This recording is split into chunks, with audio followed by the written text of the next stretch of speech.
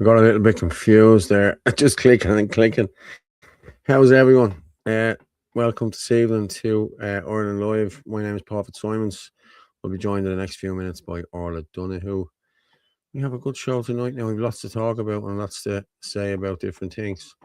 Fair play to everyone. As you can see up in the top right there, I'm sure you can see Gale Force Media. That's the new media company that we have put together for getting the truth out and everything else. I seem to be lagging here an awful lot for some reason. I don't know why. I don't know whether. Can you put in the comments there?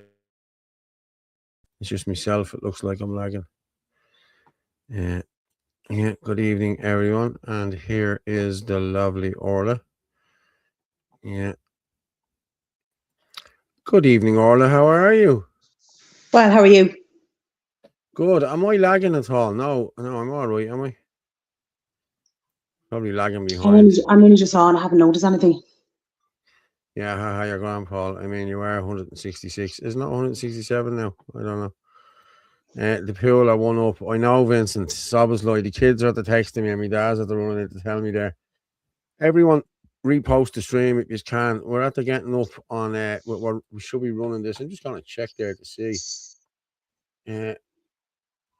This has loads of views on it here. This one here, the broadcast. Yeah, I'm just looking at it on the we've set up the new website and everything. I'll post them all up now in a minute, like, you know what I mean? And we have the new website. The views are flying up on that on the live stream. So yeah, I'll move out of the way of that there and just leave it. Let's see what happens there. So fair play. Anthony's been working on this over the last few days, and yeah, fair play to him. He's put an awful lot of effort into it. But how are you, and how has your week been so far? Grant, just busy. You know yourself. What about you? I'm just busy. I had to come into town today to pay for something that I have to, private thing I have to do, and it's just nightmare after nightmare, you know yourself. The gorgeous Paul and the classy lady Orla. Thank you very much, Michael. Fair play to you. Good evening, Paolo, Orla, and everyone in the chat. Hope you all keep well. God bless you all, Aaron. Good bra. Yeah, thanks, fair play to me. Evening, Paul and Orla. Good evening, good evening, good evening. Lag seems to be sorting itself out. Yeah, it seems to have, yeah. But it's just, you know, when you're looking at yourself and it's lagging, it's a bit weird. How are you, Orla? Yeah, how are you, Chris? How are you, Ferg, Fitzer, and Galloway? How's everyone? Howdy, all. Yeah. Okay, you sent me in a thing about, we spoke about it the other day, about the man not being from, what was it? Was he not a Carlow man or something like that? Yes, it was an article in the local newspaper, and it just shows again that they have him down as a Carlow man. He's not, he's foreign. It just shows the way that he's seeing people. That's what they're doing, Orla, you know? And like that's happening a long time now, you know what I mean? It really is. But it's just playing people for fools. Like once they see the name, the name's Irish. That's what they do, Orla. You know? Do you think we're all bleeding ticks, you know what I mean? That's the I'm just gonna put it up there. We talk about it there. We did speak about it on Sunday night for a minute or two, but I'm just gonna throw that up there. Like this is what they're gaslighting you with, people. Fishing scammer 22 spent stolen money on online casinos. He's only 22, okay? A Carlow man who stole money through a fishing scam and spent it on online casinos has been sentenced to 8 months in prison at Carlow District Court. Joseph Michalescu. Now, there's no way of dressing that up as an Irish name, lads. I'm sorry. You know what I mean? He's not a Carlow man. You know, he's come into the country. Let's hear what we have to say. Joseph Michalescu, 18 Oaklawn's, Old Dublin Road, Carlow, pleaded guilty to money laundering and possession of drugs, of the misuse of drugs. At the court heard that Mr. Michalescu had stolen a substantial amount of money, 5,000, which was not recovered. A probation report had been directed with the request for him to bring 1,000 in the interim, which he did. However, Judge Geraldine noted the 2 probation appointments had been offered, but Mr. Thing never attended, blah, blah, blah. The defence solicitor, Joe Farrell, said the court his client had recently started work in a pub restaurant in Dublin and had brought 1,000 compensation to the court. He obtained through hard work. He seems to have turned things around. Yeah. So yeah, I'm not going to get much into. Does it? Yeah. Just but just go down a bit further to not that paragraph. The next one. The defendant has 21 previous convictions. Well, I'm very glad now that he's turned a corner after 21 previous convictions. 6 of which relate to possession of drugs. His last drugs offence dated back to June 2023. His last conviction was for theft, for which he was given a community service order in lieu of a 5 months prison sentence. Judge Carty noted that the bench warrant had been issued on November 2024, but was vacated when he arrived at court late. Mr. Farrell said, if he is put in custody of his job, we are aware of previous convictions, and I imagine the court's mind is made up. I'm not prejudging, but that's the position as it stands. Judge Carty said, in respect to the money laundering charge, probation report had been released due to the matters might have been different. She said, sentencing the defendant to 8 months with 1,000 due on compensation and injury party. Yeah, you know, he wasn't only not a Carlow man, but he was a foreign man with 21 previous convictions. You know. But now he's turned a corner. Yeah, but what corner has he turned? You know what I mean? He only got 8 months. You know, you go into prison, join another gang in prison, come back out again, and he'll be worse. That's just the way it works, you know. It's just the way it works. Our justice system is just wonderful in this country. Jesus, it's brutal. Lads are flying there. Keep going there. Let me just check this. We should be grateful. If it was Judge Nolan, he probably would have given him a handshake. Yeah. Let me just see, can I watch that there now? Probably won't let me do it with it while I'm running this live, you know what I mean? So I won't try it. But if anyone is on the website, go on the website there and have a look and see what you think and let me know. Orla, you are out and about again this week. Mohammed from Carlow. Yeah, it's gone beyond the joke now. You know what I mean? It really has. And I have to say, there's a video there from Patrick Quinlan. I'd advise you all to watch it. You know what I mean? And what he has to be put up with in that council. You know what I mean? He spoke yesterday and it was all CSO stats and CSSO stats and the whole lot, and they all shot him down. Like, I mean, every one of them. Like, there's not one of them standing up with him. You know what I mean? And they all know what's going on. That's the killer part of it. You're a racist. You think by calling someone a racist, they're going to stop doing what they're doing? It makes you stronger. You know what I mean? I think it does it anyway. You know what I mean? To prove them wrong, you know? But yeah, it's just sickening. What have we got here? Well, maybe they should be worried, more preoccupied with the 3 people that have died on our streets within the last 3 weeks. That's where my priority would be, on the 17,000 that's homeless. Yeah. And all the businesses that are closing right, left and centre across the country. Yeah. MDX there. Well, let's call names instead. Isn't it very strange? Mihal has such a problem about Greenland sovereignty, but doesn't want to know about Irish sovereignty. It's shameful. What a gobshite he is. Guys, again, Greenland, it's strategic with Trump. I don't know. I saw him in Davos today. I'd play one or two little things there. He just went in and blew them out of the water. And Harold Lutnick done the same, like, you know what I mean? So I'll play them in a while. He's going to end up an even more serious criminal. Yeah, he will, that kid. Yeah, of course he will. It actually, like, no matter what nationality somebody is, if you continuously give them a slap in the wrist, there's no incentive for them to stop doing what they're doing. Why should they care? And that's what he got caught with. How many other times was he involved in crime or drugs or whatever he was involved in and wasn't caught? Yeah. Fingal Council is a joke. It is a joke, yeah. John Flynn, hi Paul. Did you see a man that stabbed the kids at the school is trying to get out of going to court? He's not well and he's had mental issues. Yeah, but I think it's been ruled now that he has to go, that he can face trial, that he's not mentally unstable or whatever. That's was that something new today? Yesterday. I don't think that. I don't know, Joan. Is that new today? Because I haven't seen that today. And saying that I haven't been. I wasn't on X today, so neither was I didn't see anything. But yeah, Councillor Quinlan was fantastic and had his brief well rehearsed. Yes, he had, and kudos to him. Fair play to him for doing that. He had them all off to a T. He knew what questions they were going to throw back at him and what slander they were going to throw at him, and he had an answer for everything. Fair play to him. Hats off, Patrick Quinlan. Now I'll give him that. I saw that, Joan. That must be today. I don't know. President Trump needs to I send didn't a see massive anything on US X there. I wasn't military even on force it. to warn it. Evening all, Trump owned Davos. Hats off. Yes, he did. Yeah, of course he did. Yeah.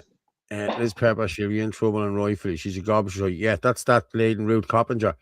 That woman is an antichrist. I'm telling you now. That woman is. She's all for trans agenda. She's all for abortion. She's all for abortion up to birth. You know, come on. She's Muslim. Well, I don't know whether she is Muslim or she's married to a foreigner. Anyway, I think they are. But you know, she's all the bad things that you don't want. You know what I mean? She's all the things you don't want in a Yeah, person. no, You know she's what I not a mean? nice woman at all. She's all rolled into one, and she has a massive following up around there. She's out fighting against this George Enchenko thing and the whole lot. Listen, lads, these things happen. You attack guards with knives. I'm sorry. This is what happens. And the guards aren't told to shoot you in the leg or shoot. They shoot the biggest body mass, and that's here. And that's just the way it is. You know what I mean? This has happened to umpteen people in the country, you know? But she got in and sparked it all off with Owen Breed, Smith, and the whole bleeding lot. They all did it. Paul Murphy, all these bastards just trying to, you know, oh, yeah. They're just race baiters, like, I swear to God. I can't even look at Good them. evening. Yeah. Hey, Drew. Yeah. Trump hasn't owned anyone. He's a weak lying wall toucher. Okay. All Greenland is going to benefit is small hats with small hats. Yeah. Okay. China and okay. Trump hasn't owned anyone. He's a weak lying wall. Okay. This is the Wailing Wall. Is it that touching that? I remember that. Yeah. Yeah. All Greenland is going to benefit is the small hats. Okay. Trump is rocking in Davos. He is, yeah. I think he is as well. China with the US Embassy in London, Russian ships near data cables in Irish waters. Yeah. Are they really? What? Are they really? Who that people before Prophet Wanker? What's going? That's rounds at the minute. Which one? It's a few of them. Yeah, Is isn't that who it she is? who? Is she not? Is she? Oh, no, Yeah, she could be people. No, she's.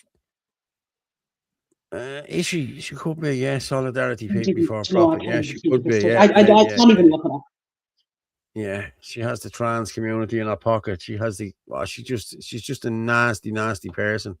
Yeah, no, I Demons don't. are real, and that's a demon. I'm telling you now, Ruth Coppinger is one demon. How she got voted in up there is beyond me. I'm being honest with you. Depends on the She was area. just in. Trump has done a deal on Greenland. Happy days. Let's see, can we get her anywhere? Put her up in a while. Like Von der Lawyer and Mary McAleese. Yeah, John Flynn.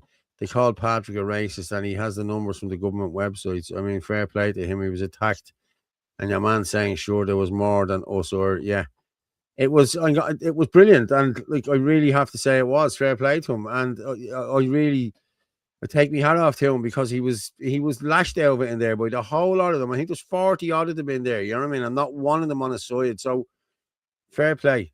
Honestly, fair play. He's a good man. I'm not Martin or I kept that wooden spoon up. Lefty women are brutal. Oh, lefty women are nasty, nasty We're people. going to say nothing. Next time he's on, I'm going to bring on a wooden spoon and duct tape. We had a chat with him. Yeah, we had a chat with him. He's grand. Yeah, he's grand. Why do Irish people hate the Irish working class so much? I don't know. I'm being honest with you.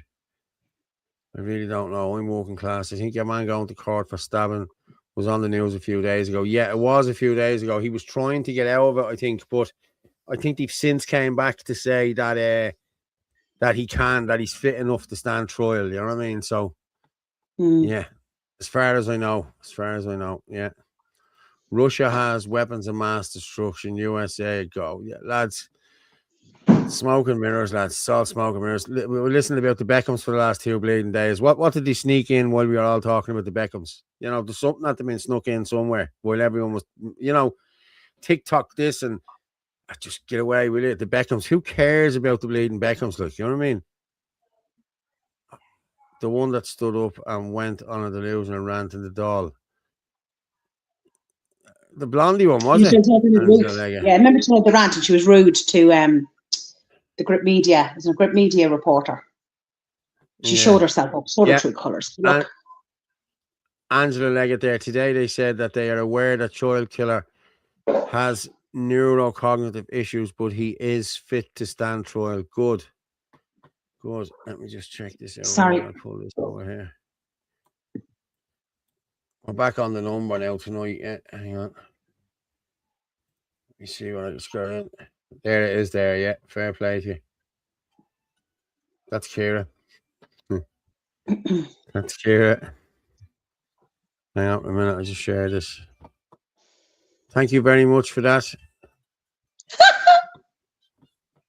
What are you laughing at? Paul. Oh. I've just got a message from somebody who's a first-time watcher tonight because I told her about the show. She's a business I went to visit today. And she's saying, I want to marry him. And I went, who? Your man talking. Oh, stop. I'm divorced, so yeah. We're good. There you go, Paul. He is single. Oh, he is single, yeah. Yes. Why didn't that share there? My entire screen. There. Okay. Thanks very much for the marriage proposal there, but yeah, we'll see. Send a picture in to Gale Force Media. I'm joking. Oh, that's just too funny. Yeah, this is it here. Man fit to stand trial of a Parnell Square attack, says the psychiatrist. Riyad Bukachar, who was charged with assaulting care worker and attempting to murder 3 children at Parnell Square in Dublin just over 2 years ago, is fit to enter a plea and stand trial. A consultant forensic psychiatrist for the state has told a hearing at the Central Criminal Court. The expert witness told Justice Hunt today that, yeah, that's it. He can stand trial. Fair play. Yeah. I love Putin to flatten Davos. Wait till Trump goes home. Yeah. Missing children, Irish. Yes, it's all about missing children here now. Yeah, breaking news, Galloway. Thank you very much. Trump's not your savior. We need to save ourselves. We're trying to save ourselves. Yes, we are. There's a lot of work going on in the background trying to save us and everyone else. They just shut down Davos meeting 5 minutes ago. They called them a meeting after Trump. Of course they did. Shouldn't they do that the last time as well? They turn around and yes, he is the biggest threat to the world, and he is this and he is that. And get a grip, lads, will you? Trump is the master of the deal. Yeah, he is. You have to give it to Trump. He's put them wankers in their place. Yeah, I think he did as well. And hang on, I just see, have I got did I pull down the Trump one? Where are you? I thought I did. I'm just going to just play the Commerce Minister, okay? Howard Lutnick. This is brilliant. Well, I think you should start at a much higher level. Okay? We are in Davos at the World Economic Forum. And the Trump administration and myself, we are here to make a very clear point. Globalization has failed the West and the United States of America. It's a failed policy. It is what the WEF has stood for, which is export, offshore, far shore, find the cheapest labor in the world, and the world is a better place for it. The fact is, it has left America behind. It has left the American workers behind. And what we are here to say is that America First is a different model, one that we encourage other countries to consider, which is that our workers come first. We can have policies that impact our workers. Sovereignty is your borders. You're entitled to have borders. You shouldn't offshore your medicine. You shouldn't offshore your semiconductors. You shouldn't offshore your entire industrial base and have it be hollowed out beneath you. You should not be dependent for that which is fundamental to your sovereignty on any other nation. And if you're going to be dependent on someone, it darn well better be your best allies. Okay? And so that is a different way of thinking. It is completely different than the WEF. I viewed the WEF as not a flagpole in the middle, but in fact, they are the flag. Whichever way the wind blew, so it blew. You should have solar, you should have wind. Why are you going to do solar and wind? Why would Europe agree to be net zero in 2030 when they don't make a battery? They don't make a battery. So if they go 2030, they are deciding to be subservient to China, who makes the batteries. There you go. The Trump speech, you can't get it now because when I go into TikTok, it's been taken down. It wouldn't let me download it earlier on, you know what I mean? So I just had it up on TikTok. And when you went to play it there now, it's no longer available. We're having trouble. Hi, guys. Any idea what happened to Philip Dwyer's court case? I think I think I should. No, I'm going to be honest. I do know, but it's not my place to tell anything. So let Philip. I'd say Philip will make a statement himself. So yeah. Okay. Trump done a deal with NATO for Greenland. I have it here. I'm just going to read it now. Let's have a bit with this. This is it here. Based upon a very productive meeting that I had with the Secretary General of NATO, Mark Rutte, we have formed the framework of a future deal with respect to Greenland and, in fact, the entire Arctic region. This solution I consummated will be a great one for the United States of America and all NATO nations. Based upon this understanding, I will be imposing the tariffs that were scheduled to go into effect on February 1st. Additional discussions are being held concerning the Golden Dome as it pertains to Greenland. Further information will be made available as discussions progress. Vice President J.D. Vance, Secretary of State Mark Rubio, Special Envoy Steve Witkoff, and various others as needed will be responsible for negotiations. They will report directly to me. Thank you for your attention to this matter. Donald J. Trump, President of the United States of America. So there you have it, people. He's done a deal. The art of the deal. The Irish inquiry on child found rambling in Dublin City. I didn't see that yet. I'll go on to the Irish Inquiry website there, or the Twitter, just to see.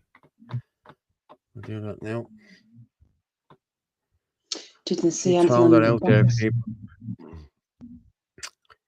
Yeah. The website wasn't working there for a while, people, so it's up and it's running there now. It wasn't showing the live stream, so if you can't get in here, go into the website and you can have a look. Yeah, just looking there now. Yeah, we have the thing there. Okay, I'm just going to go with that as well there. You can watch us live on X at FitzyDub, at Anthony L. Casey, at Rugamorph27, or at Irish Column YouTube, at Gale Force Media YouTube, and you'll get us on live at Gale Force EA24, blah, blah, blah. You can see it there. That's where we are. Okay. Oh, God. Now, let me just have a look, people. Brooklyn was talking from the heart. I followed the Beckham debacle, trivial as it is. All right, fair enough. I haven't followed I know we put something up. I didn't even get a chance to read it. No interest in it. No interest in it. I'm getting a humming in my ear here, to be honest with you. Is there any... Yeah. There you go now, Gale Force Media. Sorry, all. Gale Force website now streaming show live. Thank you very much for that. You're sacked. Spare us about the Beckhams. Is that Anthony, is it? Is that Anthony? He's sacked. Yeah.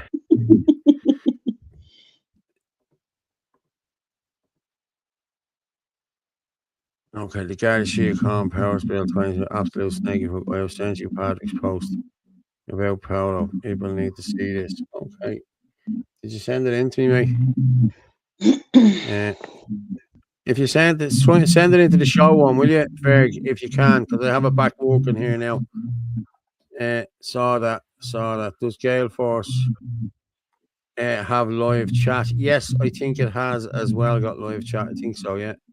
But just for people who are watching it on the telly or anything like that, people do watch it on the telly, you know what I mean? So you'll be able to watch it live from the website if you have internet on your telly. Beckham's book on sale now. Posh Spice pissed at the wedding. Made the show herself. Yeah, who cares? Yeah. And then Max, if you want a home, contact Cleaning the Mean or whatever her proper name is. The ex Sinn Féin council, and even got homes for people that sold homes for big money but got home. Yeah, I know. Sinn Féin are rotten to the core. Social Democrats are the same. People before puberty are the same. Fianna Fáil, Fine Gael, the whole lot of them, they're all the same, every one of them. Patrick Quillen is also very handsome. Yeah, he is. 300 delegates they brought with them. Lovely. This is not a dating show. Does anyone know that? Listen, hey. I've sent Paolo the video. Oh, no, this is because you've got a marriage proposal. That's why. Hey, Paul, do you want to be best man? Chris Bourne, do you want to be best man? Oh, I have it there now. Sorry. Yeah, let me just. Yeah, Patrick. Is this Patrick McGreal? Yeah. Hang on, I'll just pull her up there and see what's. Okay. Paul, I'm sending you over something now as well from the Irish Inquiry. Yeah, okay. Is this what you were talking about there? Yeah.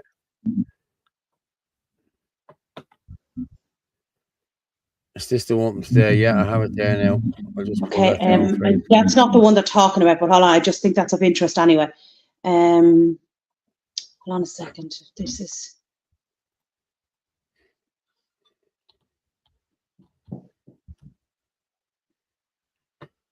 Okay, I have it. I'm sending it over. So we'll do the two things, all right? All right.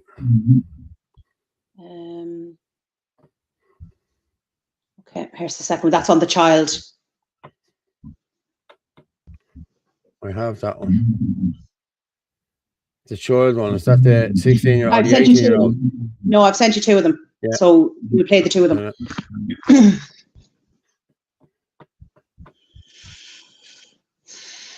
One of them is loaded reading and one of them is a video. Both of them are reading, and I think there's a video. Hold on, this video. Yeah, the one underneath now. That seems to do with the child. Yeah, in Dublin. So there is reading. Yeah. Okay, I'll read that now. Yeah, I'll pull these over here and I will read it. Okay, this is with the child in Dublin. Hold on there. I'm just getting Phil's video ready there as well. Okay. Can you see that, people? Yeah. Okay, this is from the Irish Inquiry. We find it very difficult to believe that Irish businesses and restaurant owners would not report their knowledge of this sex rape trafficked child. I find it very alarming that whoever she went to didn't in fact do that. I believe that it is a significant cultural difference on display. Not bring a young girl who has been raped repeatedly to the Gardaí and was given to bed for the night. She is a child, not an adult. The fact we could not speak any English but has gotten to know these businesses and restaurant owners indicates I'm correct. Mind you, Irish people are not innocent. Anyone who supports unvetted, rampant immigration. On there a second. Yeah, anyone who supports unvetted, rampant immigration, where documents can be easily destroyed on a plane or boat to avoid border patrols but still can gain entry, supports child trafficking. The man who trafficked this poor young girl and then raped her over and over again got in here with no scrutiny as to who he was to the child. This is not the first time we have read about this thing happening, and it won't be the last. Even then, we do not know the tip. If this is the tip of the iceberg, Ireland is a safe haven for those who wish to bring children in for the explicit purpose of harming them. The young girl was apparently very unwell when found and was very distressed when recounting what had happened to her to sexual abuse. She needed STD tests and medical treatment. Ireland has and always will be a place where children are exploited and abused, and is completely allowed. And it is completely allowed to go unchecked. Different century, same crimes against the innocent. On a side note, it is good to see that the Child Law Project has finally been reinstated after an 8-month period where there was no oversight of the trustless dealings in the court. It is highly suspect that the government terminated this extremely important project for so long, citing procurement delays. That's very odd, given the same project won the tender and the government knew when the tender would be up for renewal. 8 months of completely closed off courts in camera means 8 months where Tusla and the courts could act as if no one was watching or taking note of what was happening in each case that arose. Yeah. They have the contact details of a man who had brought her to Ireland. The child had said that she would go to restaurants and other businesses run by people she came to know and ask for help. She said they would sometimes give her a place to sleep for the night. Okay, that's that. Is that what they were talking about there? I'm way up here on this. Sorry, Orla. Oh, sorry. Yeah, that's absolutely horrendous. Yeah, it is horrendous. Yeah. Trump's speech. Hang on, he's a master of the game. He was on the side of building his side, building a new world. He's not your friend. I know that he was the nearest thing to a friend we have at the minute.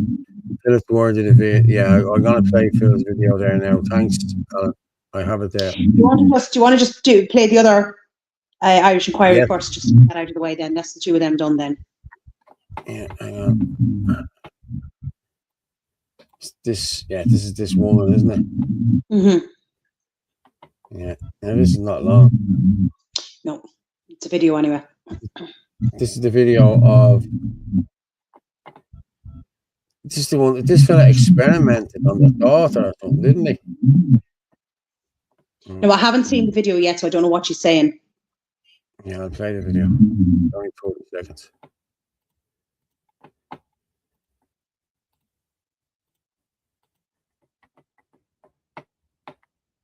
Feel utterly let down, not only by the arrogance of an incompetent surgeon, but by the healthcare system that allowed this man to operate. And as far as we're concerned, he experimented on our daughter and even videoed the surgery without her permission. Jessica was the light of our lives. That light went out on the 11th. We will never be the same.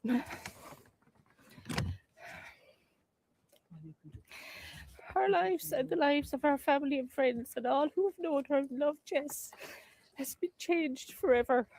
We feel utterly let down, not only by the arrogance of an incompetent surgeon, but by the healthcare system that allowed this man to...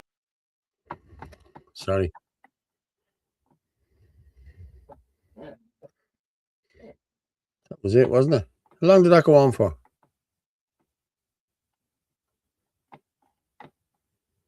Is this what I featured? I'm just wondering, is this what I featured on my TikTok about the girl that died? Sorry, hold on. It is. Yeah. Oh, hold on a second. Let me go over. Too many social media pages. Hold on. I'm just going to read this, and anyway, this is what the Irish Inquiry said. That he experimented on our daughter. Hang on, I'll just mute you. He experimented on our daughter and even filmed the surgery without her permission. No one verifies if his qualifications and medical staff coming in here are real. God help this poor mother and rest of Jess's family. This man should be in jail. Potentially the most unsafe place in Ireland, in my view, is a hospital. A woman whose doctor is a consultant in the Dublin hospital told me on a train recently that 9 out of 10 of the staff are non-nationals and most do not have enough English to completely read or write medical notes. She also says her daughter disclosed that many do not wish or feel they have to learn, nor does anyone force them to in order to maintain their jobs, positions. No one should ever get without proper background checks, which are almost impossible. The highly competent language skills. This is clearly a dangerous precedent that has been set because of the desire to have a woke, pro-diversity environment as well as a pool of cheap labour. Of course, many foreign delays care workers are excellent. But all of the aforementioned still stands. Some should not be in the positions they are in. Meanwhile, our highly trained doctors and nurses, trained at taxpayers' expense, are leaving in their droves, driven out deliberately, while recruitment companies receive thousands for each foreign healthcare worker they recruit, meaning the companies are not incentives to ensure qualification, certs, diplomas, degrees, and doctorates are real. Recently in India, a massive warehouse full of fake professional documents were uncovered. There you have it. Did that last for 38 seconds? Yeah. That my TikTok. This must be the same story because I only highlighted this yesterday. Yeah. Okay. But did that go for 48 seconds, or was it only a few seconds? What? Did you hear everything she said? You heard everything the woman said. 25 seconds, but there's no background to that woman there from the Irish Inquiry. They might have done another one further on, but if this is what I highlighted yesterday on TikTok, just pull that up. Yeah. Yeah. Because this is horrendous.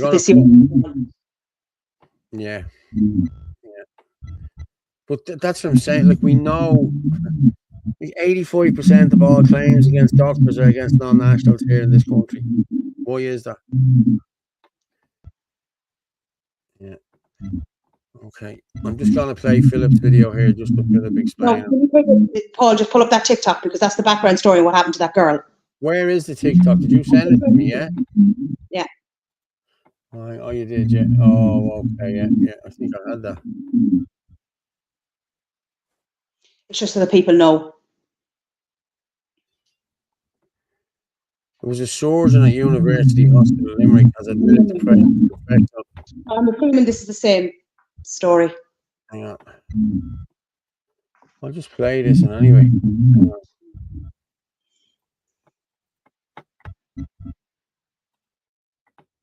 Yeah, I think that's Orla's sound. When Orla's mic is on, you can hear me. It's like a reverb. I'll bring it back on now in a minute. Okay, I'll just play that there.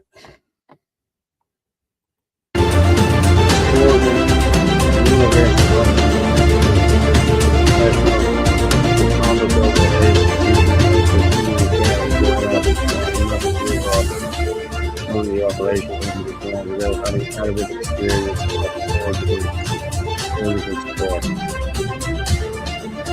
Wow, that is mental. So that's what the lady was talking about. Jesus. Yeah. Hold on.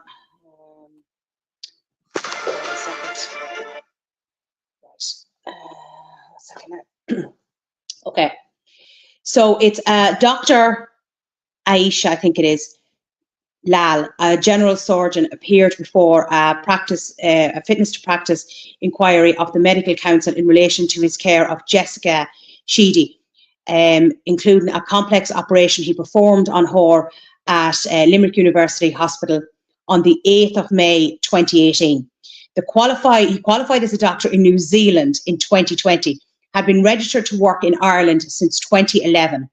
He had worked as a general surgeon at the hospital since 2012, specialising in breast surgery. At the outset of the hearing, Council for the Medical Council said he had made full admissions to 3 allegations of professional misconduct and 10 allegations of poor professional performance under his care. Miss Sheedy, this was off Miss Sheedy between November 2017 and May 2018. And then Miss Ward said that there had been a serious failing short of the standards of care expected by this doctor. So like his misconduct led to her death. Like, that was a teenage girl. Like she bled out. That's what happened to her. Like that's her life gone.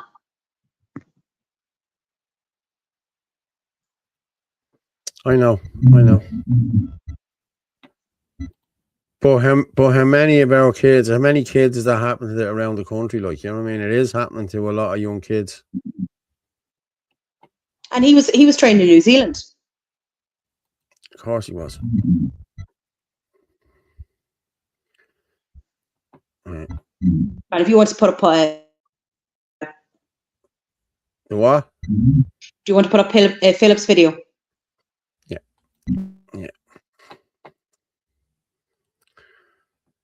Okay, folks, Philip Dwyer here, journalist outside the criminal courts of justice here, or whatever you want to call them, with my great pal Ferg, who came in to support me all the way, as usual.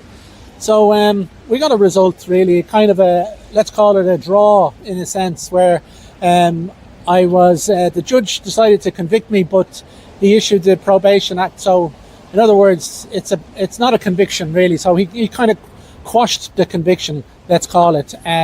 He found the law very restrictive, I suppose. I don't think he actually kind of agreed. He felt that he had no choice, and he felt that the law was kind of, in a sense, draconian, he said, this public order law. But unfortunately, he felt that he had no option. Now, I disagree with that. I would have complied with that guard's instructions if I had been given the opportunity. I had 17 seconds, it shows on the video, before I was arrested, while I was trying to explain to the guard that I was a reporter and that they had arrested me before for something similar, and it was thrown out of court.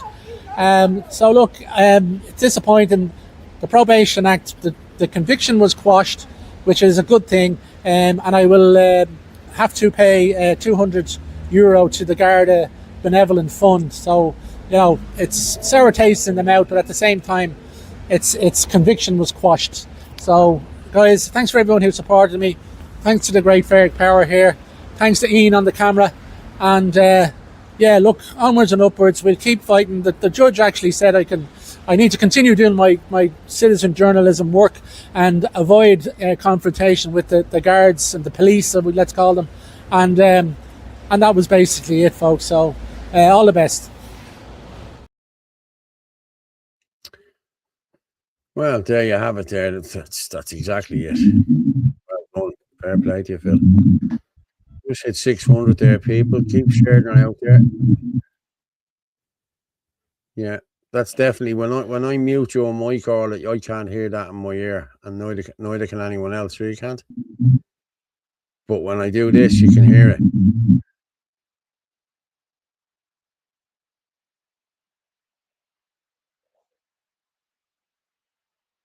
What you got? Grant. Billy Bogus. Fair play to you, Billy.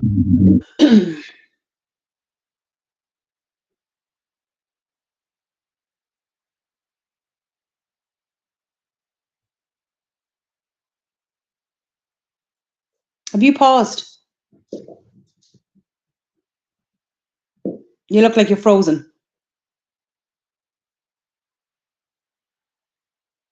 He's frozen time. You're back. Yeah, I'm back. Yeah, I'm back. I actually had that video of that mother there. All right. I'm just having a look to see what you sent me here.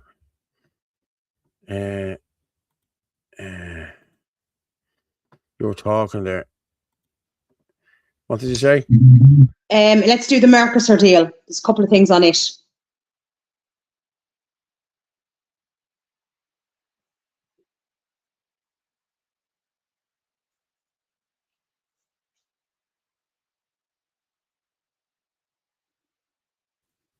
Sorry, I'm going to do this young fella now. Mercosur explained. I like this young fella. The politics, he's very good. Yeah, we must get him on. What is Mercosur, and why are people so angry about it? Mercosur is the name given to a group of countries in South America, and the Mercosur deal is the largest trade deal that the EU has ever made. Basically, the deal aims to remove or significantly reduce tariffs between the countries involved so that they can trade with each other. Now that sounds like a positive thing, but there are some drawbacks. European car manufacturers would benefit the most, so too would pharmaceutical companies and machinery exporters. In Mercosur countries, agricultural products like beef and poultry would be their biggest gain, which is making European farmers none too happy. Currently, farmers on this side of the globe are subject to some pretty strict safety rules to ensure the highest quality meat. Mercosur countries, however, are not subject to those same rules. Farmers are worried that by allowing large imports of meat such as beef, it will create unfair competition, and they could be right. the EU expects 99,000 tonnes of beef to flood the European market. And if that beef isn't subject to the same rules and regulations, then it will inevitably be much cheaper. There's also the issue of health. Cheap beef from a country where there's no regulations or strict guidelines won't just damage farmers, it could damage people in general. The Irish government is also in hot water, because up until a few days ago, it looked like they were considering voting yes to this deal. This, of course, caused massive backlash from farmers across Ireland, many of whom have always voted for Fianna Fáil or Fine Gael. Ultimately, however, Ireland voted no to the deal, with many people now believing that Micheál Martin only voted no because he knew that the deal would pass in Europe anyway. So whether this flip-flop has hurt the government parties remains to be seen, but it looks like the Mercosur deal is going to pass, whether Ireland likes it or not.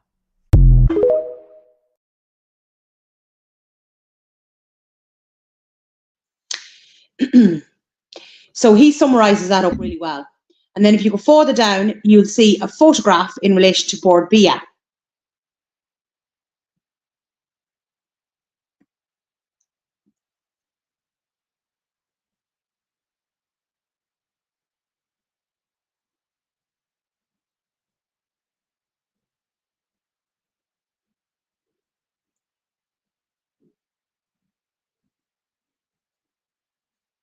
Now, there you go. Is that what you're talking about? Yeah. No, but just look at that. Board Bia chairman, like, sells Brazilian beef. Is that not completely selling out our own farmers? Like, this is Board Bia's chair. Like, my God. Oh. So then, now is if you want to put up Paul Lawless, so that's the recent up to date on the Mercosur. So at least they're still fighting it.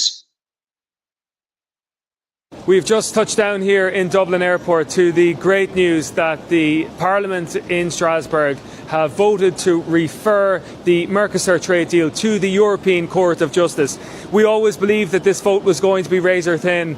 We always believed that we had a chance, and indeed the vote was carried by approximately 10 votes, and that is how close this vote ultimately came down to. I want to commend all of the farmers from right across Ireland who have lobbied and campaigned their MEPs in relation to this vote. This vote does give us some time, and I would ask the Irish government to get off the fence. It is not too late to stand up for Irish farmers. It is not too late to enact the programme for government, which effectively states to proactively work with like-minded countries to oppose this deal. What our experience in Strasbourg was very clear is that MEPs were willing to engage. MEPs from right across Europe were undecided up until the 11th hour, and that is how important the lobbying that farmers have applied, and indeed Irish politicians. So I would ask the Irish government to use this time wisely, use it to stand up for farmers, use it to stand up for food quality and standards, not just for Ireland, but indeed for consumers and the entire European population. Gura Malgat. So that's good. I have another video. I just need to go over it from a butcher. We can play that maybe Sunday night. And then I'll have another interview on Friday with another butcher just to see how things are going. So, but there seems to be definitely a turnaround with people coming in, you know, to the local butchers and buying their meat, because I think they really are starting to realise that they're being deceived. Do you remember we featured that video there, was it last week, about a company down in Cork that had corned beef, and it made it look like, you know, when you looked at the front of the packet, it was Irish, but when you turned it around, it was Brazilian beef. Like, how much Brazilian beef is out there that we just don't even know about? I mean, there's no animal welfare standards. There's no traceability. These animals can be injected with anything. Like, I had a video that I put up where they were being injected with growth hormones. Like, we have no idea, you know, like, what is in this meat that's going to flood the country. Like, so people really have to be going back to their butchers and you know, and being able to ask the questions. Where does the meat come from? You know, we'll say in relation to chicken and things like that, if they want free range, you know, and that's it. Just go back to the way things used to be before the supermarkets just hugely took over. I mean, there's no butcher's counter anymore. You can't ask anything anymore in a supermarket. Yeah, I know. You used to get fish and everything. It used to be great. Some of the places used to do fish and everything. Dunn still does it. Some of the big Dunnses have it, you know. But yeah, you can't beat the old butchers. You can't beat the butcher on the street, the likes of Kerrigan's or J.W. Smith, or the different ones in town, Twinings and Yeah, this is one I know out in Tullow, and because I've highlighted them a couple of times, like, and I was talking to the owner, like, he's fierce funny, like, and he says to me, like, oh, if somebody asks me where do you get your cattle from, because they sell the beef and all that as well, he just goes there from the field, like, which is just literally outside the door. You know what I mean? Now, as well about the halal, and the butchers that I was talking about said that their chicken, the ones that I spoke to now, said that they had, like, we'll say, the fresh chicken, all that, none of that was halal. Now, he did show me, one of the butchers was able to show me that, the packaged chicken, to check the back of it, that the halal label will be on that. So again, check your labels. If, for your frozen chicken, like your chicken nuggets and all that sort of stuff, or goujons or whatever, check the back, because the halal sign is normally on it. And that's how you know. But generally, your fresh chickens, with the butchers I spoke to, said they were not halal. But again, every county, check with your own butcher. Yeah. That's what we have to do there. Just looking at Angela Leggett there. The podcast with Morlock Murphy and Martin was brilliant. Really interesting. Listen, it was actually, yeah. I thought it was good. He has next week's one done and all. He did it already, so that'll go out Monday. So, yeah. What did you say? I said there's not enough hours in the day. Now you have it. I'm never buying Horgan's meats, selling their brand as Irish, and it's from Brazil. Yeah, I seen that. I was just looking for that video there. I'm just going to look for it now. Yeah, man from Boardbia is Dawn Farm Foods. Dawn Farm Foods, nice, Jesus. And then I saw a video this morning, I shared it on Facebook, where there was another family butchers in Meath closing down. There's another Irish business gone. Staff losing their job. It's just horrendous. Yeah. I'm just going to play one of your promo videos here, Orla. Tattoo Man I'm going to play. So I'm here on Burren Street in Carlow with Stuart from Forever Young Arts. How are you, Stuart? Oh, good. Well, this is a fantastic place. I've never been in it before. And you do artwork and you also do tattooing. We do indeed, yeah. Anything art related, we do. And how is business going? Business is going good, yeah. We've been open now 3 years this month, and it's just been getting busier and busier and busier, yeah. And you commission art as well? Yes, we do portraits, a lot of portraits. I do a lot of pet portraits. We also do murals, like the paintings on the wall, things like that as well, yeah, we do indeed. And of course, we design, every tattoo artist here designs our own tattoos as well. And what do you feel is the importance of people shopping in your local stores? Looking for quality, making sure that the people you're getting to tattoo, you know what they're doing, that they're well trained, they're well versed, and of course that they're actual artists, that they can draw. Yeah.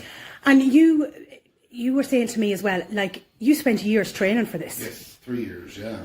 3-year apprenticeship, yeah. And I think that's one of the things that's missing from a lot of tattoo artists in the industry nowadays, because it's so easy to just go buy a machine off of Amazon and get your bits and pieces and immediately start tattooing people, which is not good. There's so many things you need to know, from cross-contamination to skin issues, skin diseases, all kinds of things. There's so much that you have to learn. As I say to our apprentices here, it's like the actual aspect of tattooing skin is about 10% of what you need to know in order to actually tattoo.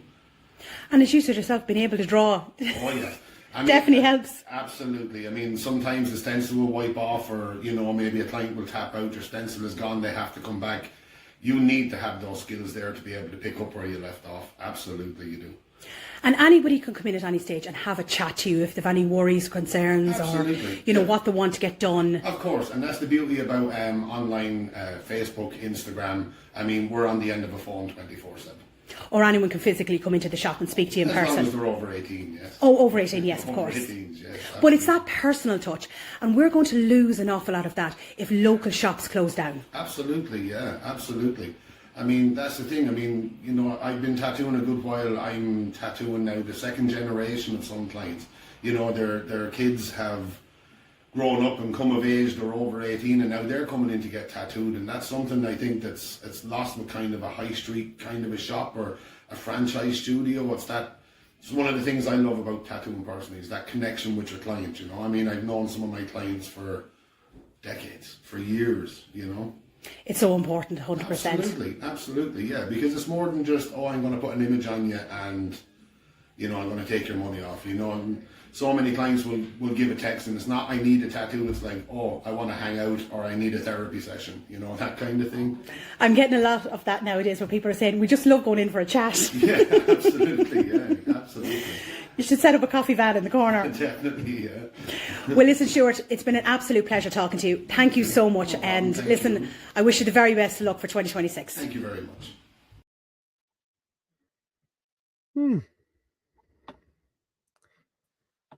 So what? Isn't he so nice? He's so cool. You should see the artwork place. They reached out to me and asked me to pop in, and they just said an awful lot of tattoo places are overlooked. But the place is amazing, and I just said to them, like, I knew you were here, but I just thought you were an art studio, you know, selling paintings. Well, you just go in and it's so bright and open, and they're just so nice inside. And it was great to have a chat to him. Like, and his artwork is amazing. And I think it's important. Like, a lot of people would like to get a tattoo, but they're very nervous about it. But like, this is what's so great about talking to the business owners, because you're able to put, you know, a face to the business. And, you know, just anyone listening to him, like, you'd know by him that, no, I didn't get one.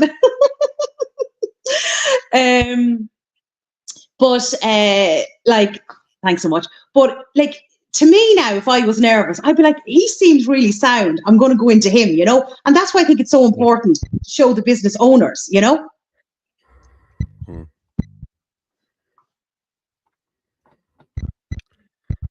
Fair play to you all. Yeah, I had to just turn you off there a minute because I'm getting feedback in my ear, but I'll let you back on to talk now.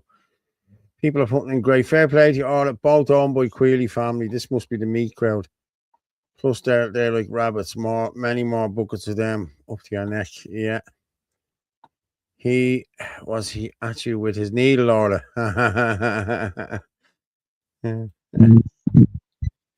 I actually have another one I'm going to play, Orla. Was this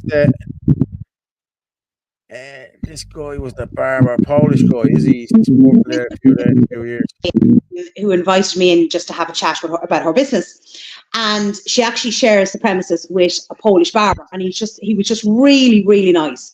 And I said, do you mind if I ask you a few questions? And you know what? He came across as so sincere. And he just said, look, I don't want to be giving out about things in the country, he said, because, you know, I'm not from Ireland. The man's here 20 years. He's worked the whole time. He was even honest enough to turn around and say, but like, I did take, you know, I wasn't able to work during, you know, the lockdowns. I said, that was the same as everybody else in the country. But he was so genuine. And he's here 20 years. He's paying his taxes. His 2 children were born in this country as well. And he loves Ireland. So I just said, look, can I do an interview with you? So he said, yeah.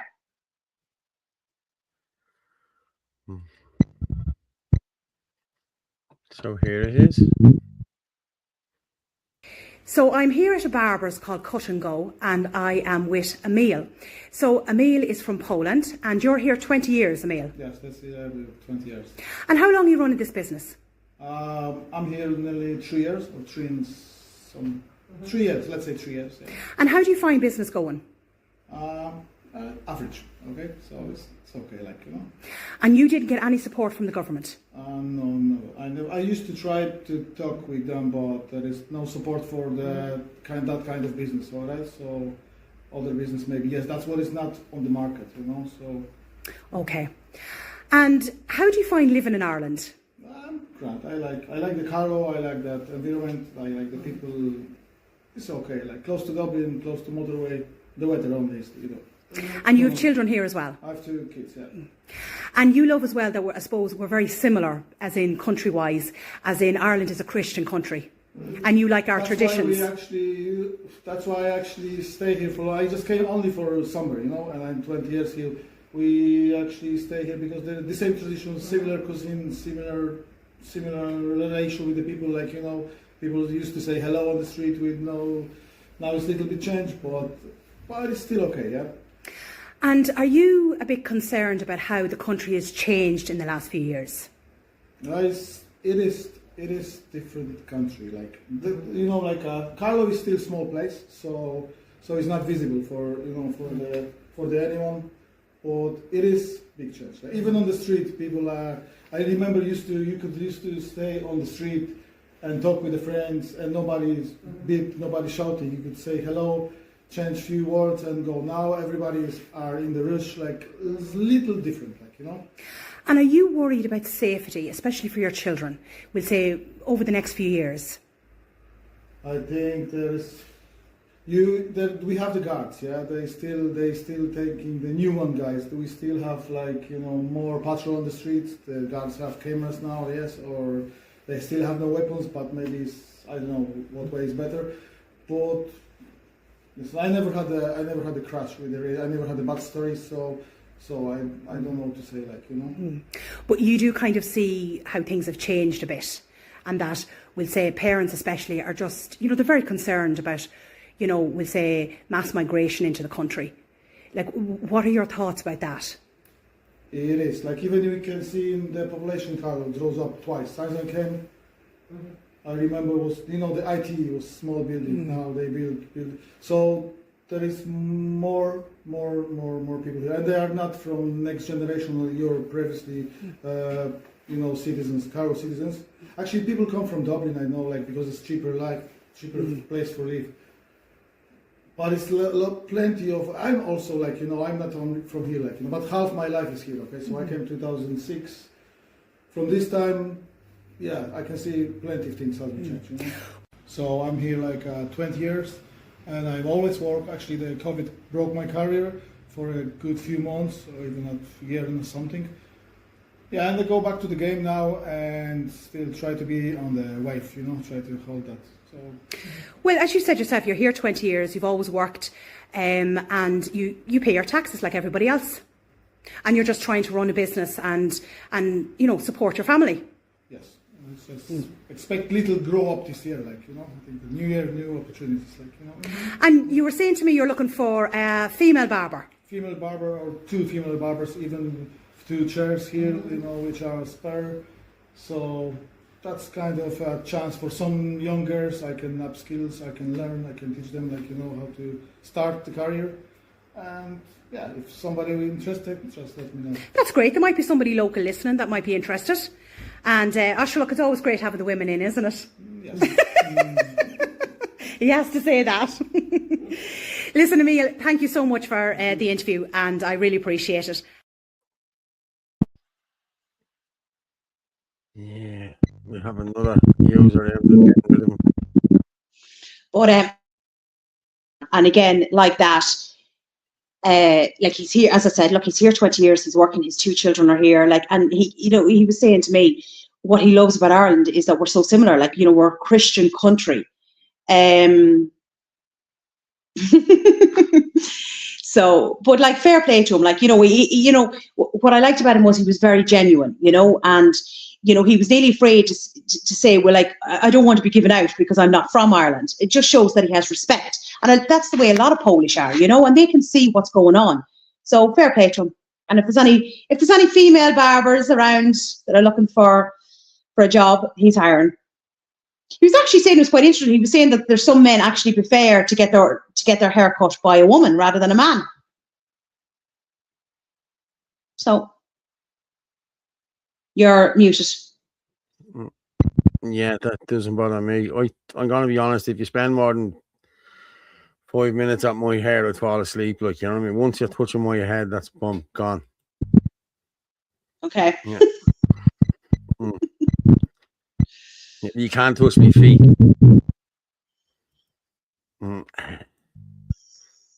What? Let's move on. No, I just hate anyone. Like me head, when I'm getting my hair cut out of that, if I'm just getting it done, I've often nodded off.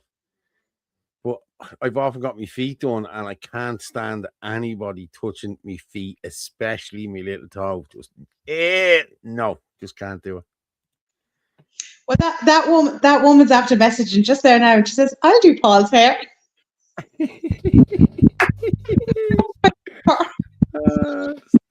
Send me a picture. I'm sure you have one. You're mad. You're mad. I know. Was the sound okay in that? Because I just didn't have time to put in, because it takes time to do the captions and all that for the videos as well. Normally I add the captions so that people can read it, but I just didn't get time. Shawnee Mash there is just saying that. Prepared to get my hair done by a barber. A man, not being sexist. My brother's the same. My sister does my hair all the time. She's a Peter Marks stylist, like, you know. And listen, she does a good enough job on it. It's grand. I just do the what? To wake up.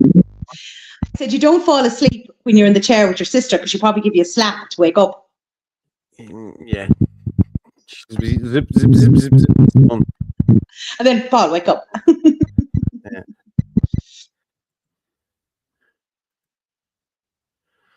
I prefer women doing mine. I prefer a dishy barber. I just prefer women doing it. So he wouldn't, like, there's not a huge amount of female barbers.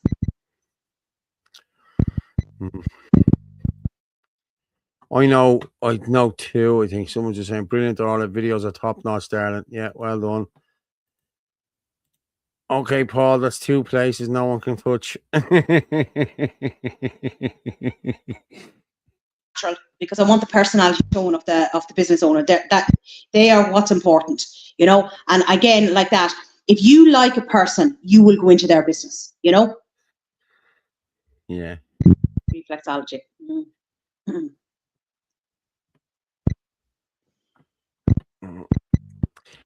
I'm just gonna where this.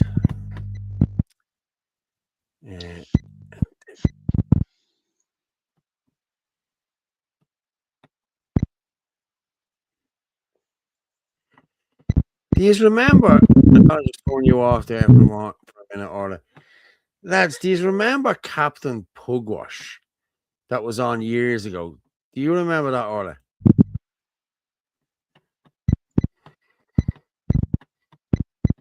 Okay, I'm just gonna show you now. Okay, I'm gonna share this screen. Okay, you might remember the characters when you see them.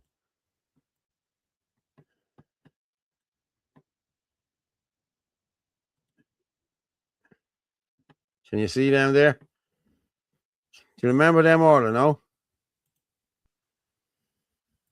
Okay, well, just a bit of these were characters in the 70s. Okay, and how we didn't know back then that that BBC were pedos is beyond me. Okay, I'm gonna go through the first one here. I'll point at it there. Captain Pugwash was the first one. Okay, that was him there. All right, there he is. There, that's Captain Pugwash, and then you had Seaman Staines. Okay, as in Seaman Staines, right? And then the next fella was Master Bates. So he was Master Bates. Okay. And then you had the big fella, Big Willie. Okay, it was Big Willie. Okay. And this little fella down here was Roger, the cabin boy.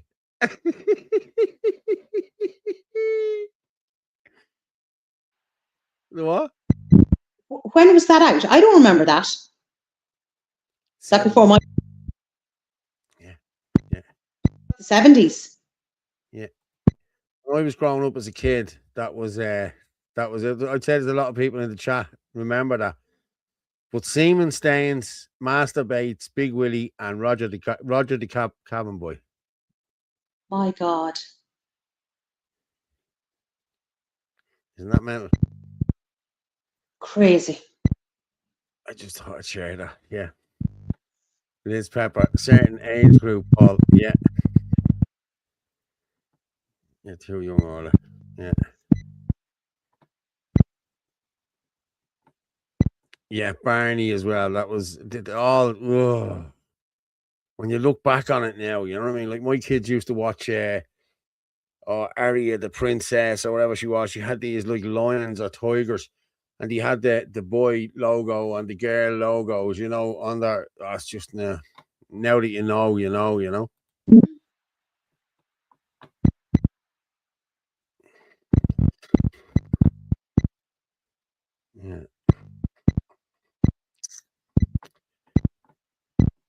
Sheepdog, my older brother worked at ABP car back in 95 for the summer.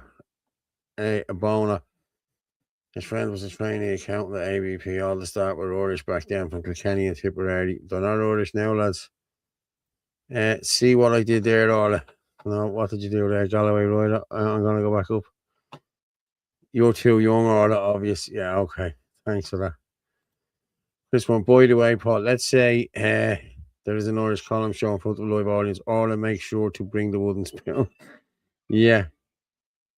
Hi, Paul and Orla. You're doing... How are you doing this evening? We're doing good. We're doing very good. Go on, you talk there for a second. Your phone's ringing. Do you know what was really funny, right? So I was walking through the Fairgreen, which is a shopping centre, and just the other day, there was a group of young ones around. I'd say they were like 13 years old. But anyway, one of the boys came over and he was like, "Oh my God, you're the girl from TikTok, right?"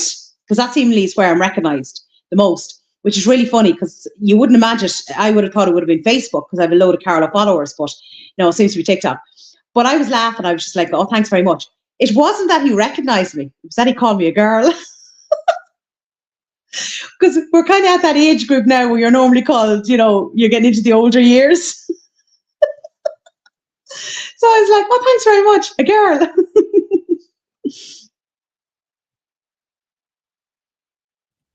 I remember years ago when a young man called me Mister for the first time. It was like, what? I'm only 28, you little bollocks. You're like, you know what I mean? You're calling me Mister.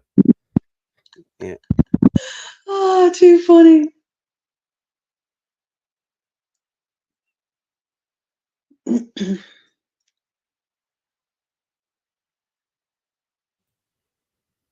Okay, we move on there, Laura. What we move on to?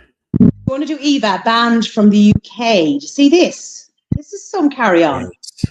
Yes. And actually, under Eva is I don't think you played it. Gavin's post from the other day. Yeah. We'll go with this. So I just got an email I didn't expect. I have officially been banned from traveling to the United Kingdom. I'm not allowed to enter the country because the UK government under Keir Starmer deems my presence in the UK, and I quote, not conducive to the public good. I don't know what that means. Since when is being conducive to the public good a requirement to enter a country? I mean, especially the United Kingdom, where, if I'm not mistaken, thousands of illegal immigrants enter through the channel every day.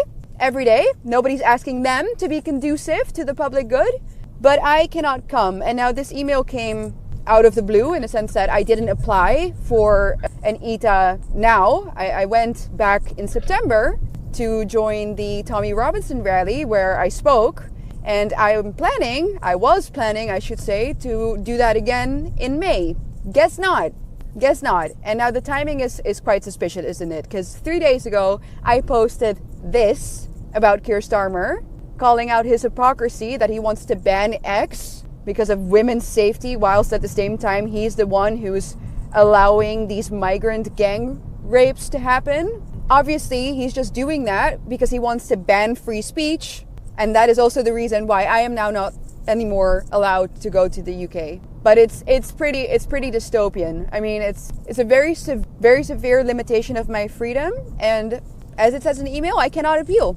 I'm not convicted of any crime. I'm not under suspicion of any crime. They just decided, Keir Starmer just decided that someone like me is not welcome in the UK.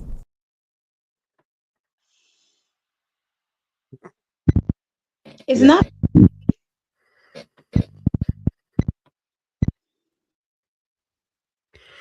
Like, that's mental. Like, Eva has been speaking out about this for years, and it was because she was at the Tommy Robinson thing. I remember it.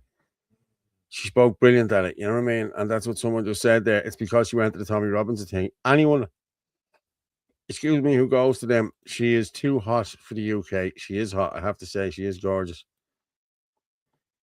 Eva was on the Tucker Carlson show last week talking about Rupert Lowe sent a letter to the government about it too. Fair play. Yeah, they should. I like him on Rupert Lowe. Chris Brepney. It's illegal to notice. Watch this space. Spot on, Eva. National Party video up on YouTube. Kicks off in council. PSSLV fell kicks on council because National Council says non-national. Yeah, seen that. I was talking about it earlier. Patrick Quillen's video. It was brilliant. Really good. And she's a lovely lady too. She is a lovely lady. Angela Leggett. Eddie Hobbs, remember, asked Steve Bannon if he had a parachute if he wishes to visit Ireland. Yeah, sure did.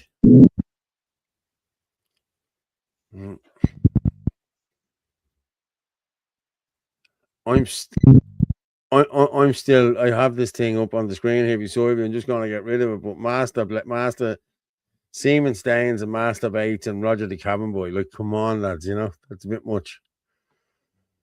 Oh. Yeah. Brendan in the chat there now talking about Coolock again.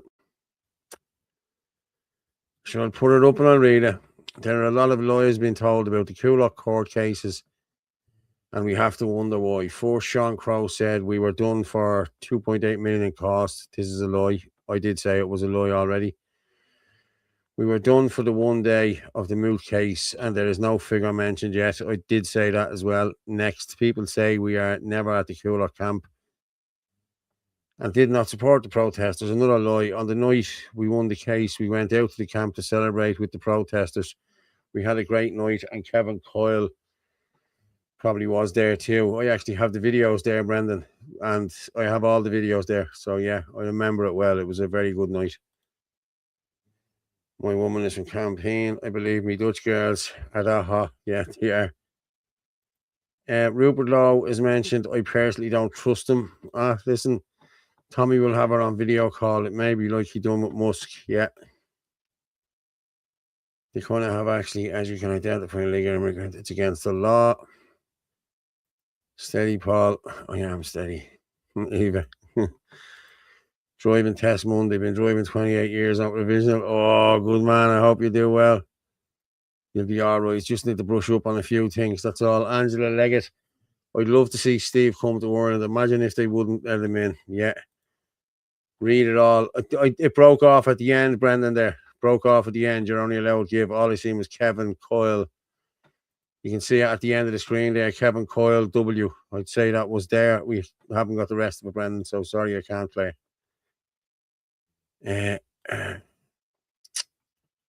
By the way, Paul, name still Chris Byrne. It's just because YouTube was showing my YouTube name as Chris Byrne. Yeah, no, I knew that. It'd be interesting as a legacy. Yeah. Okay. And now, what are we? 117.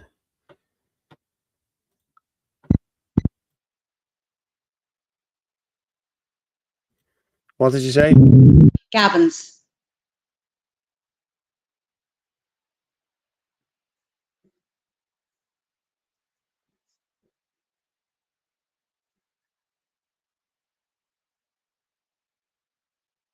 Should be underneath Eva's.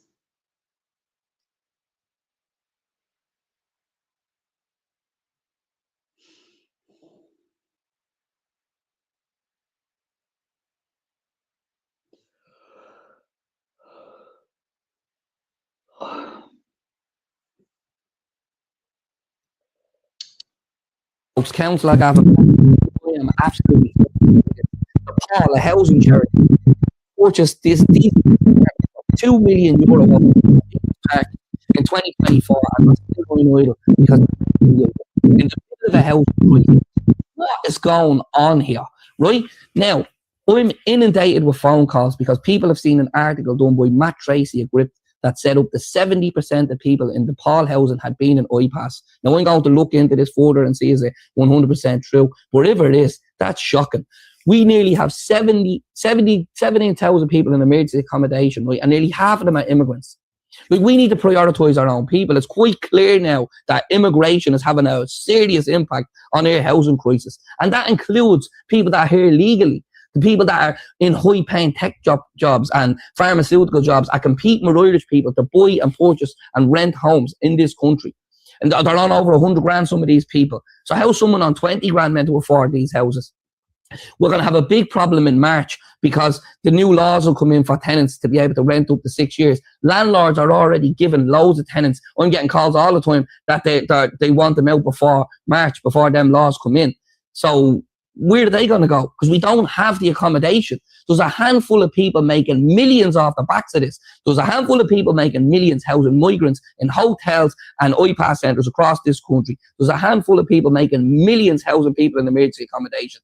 Like, what's going on? What we need is solutions. Start by banning overseas investors from purchasing property in this country. Ban vulture funds, send them out of the country so we can keep the people in the families in their homes, because they'll end up in emergency accommodation. These funds sell off these homes for a profit. Make homes affordable so people on 25 to 35, 40 grand can actually afford them, because an affordable home shouldn't be over 400 grand. It's an absolute scandal what's going on. Dublin City Council need to start building more social and affordable homes, and we need to hire plasterers and brickies and the electricians and the plumbers all on their books. The government need to start funding it properly. It's have billions in Apple tax, and that's what it should be used for, to actually develop this country. As for the illegal immigrants, mass deportations, send them home, look after our own people. Priority stays here.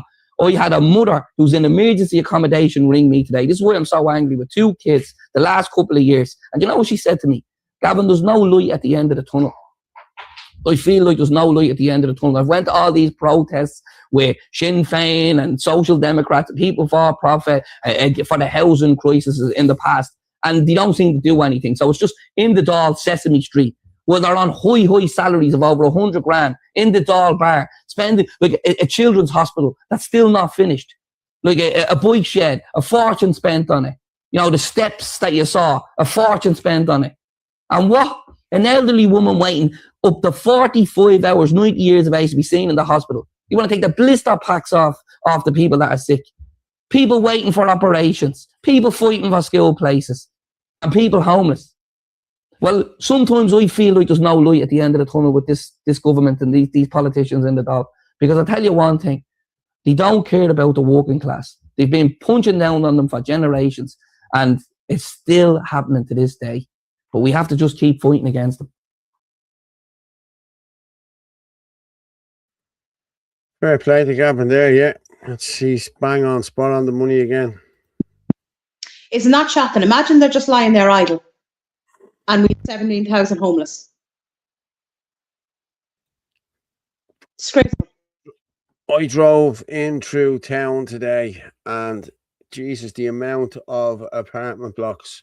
I drove into Coast Road here to Clontarf and you can see it from Bayside, say there's loads of apartment blocks and then it stops as you go further down, you know what I mean, down the coast, you know what I mean, and then it starts again when you get back into town. But between Dollymount and the rich areas, there's no apartments at all. You know what I mean? The apartments are up in the lower class areas, like, you know, the sort of way.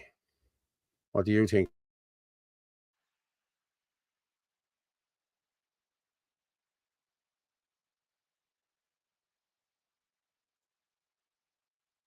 You're muted. Yeah, I know, because I've got a call from my daughter. So. Well, look, this actually is good timing for just what Gavin was saying. It's ambulance delayed. Wait till you hear this. This again, I can't emphasize enough. This guy is brilliant. He's over on TikTok. Give him a follow. I love the way he explains things. Mayo died last week after the ambulance that his family called for him was delayed for so long that they had to rush him to the hospital 80 kilometres away themselves. The ambulance service in Ireland has been described by politicians as stretched to its limits and in severe crisis.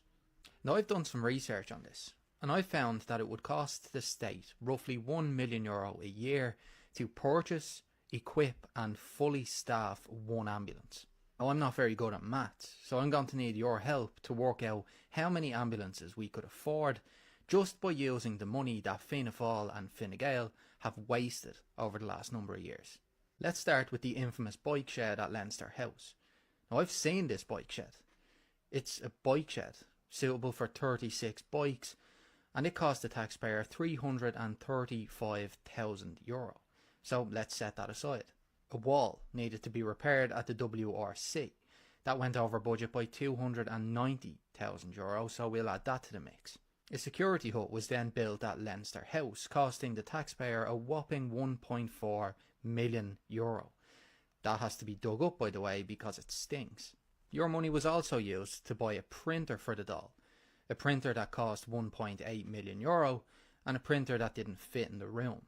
On the topic of technology, your money was then used to purchase a scanner for the National Gallery, a scanner which cost €120,000, and a scanner which was too heavy for the building.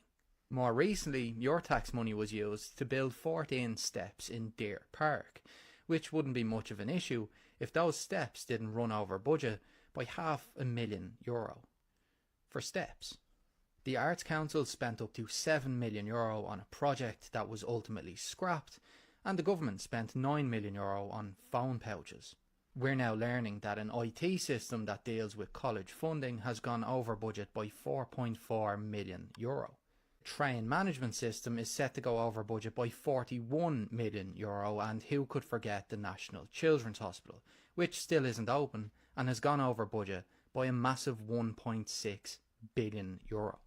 Now, that man in Mayo needed one ambulance, and by my rough calculations, Fianna Fáil and Fine Gael have pissed away enough money to purchase, equip and fully staff 1,666 ambulances. That's about 20 ambulances for every single hospital in the country. But here we are in 2026, allowing people to die because this government has spent their money on printers and bike sheds instead.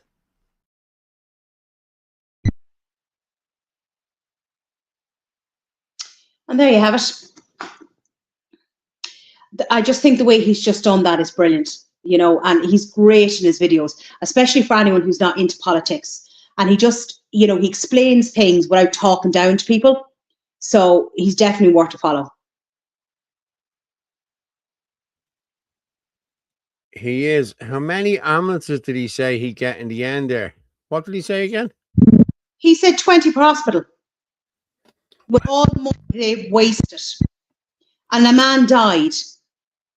Like, where's the price on life? Because they don't care. It's yeah, but you 141 million sent over to World Bank. And and 3 people have died in less than 3 weeks on the streets. They're an absolute disgrace. It is. It's disgusting, are we? Especially with like the homeless crisis here could be sorted. Really, it could. Never mind the ambulance crisis, but the homeless crisis definitely could be sorted here now if we stop giving money out to these people. I'm being honest with you. But it'd go towards the housing crisis. It would go towards the healthcare, children's assessments, all the disability assessments, the scoliosis operations. I mean, the list is a mile long of where our money would go if they weren't, as he said, pissing it away. But then there's no accountability for our government. They do whatever they want. They don't have to answer to anyone. They're not being called out by anyone because they have 40 on their pay packet. It's an absolute and utter disgrace.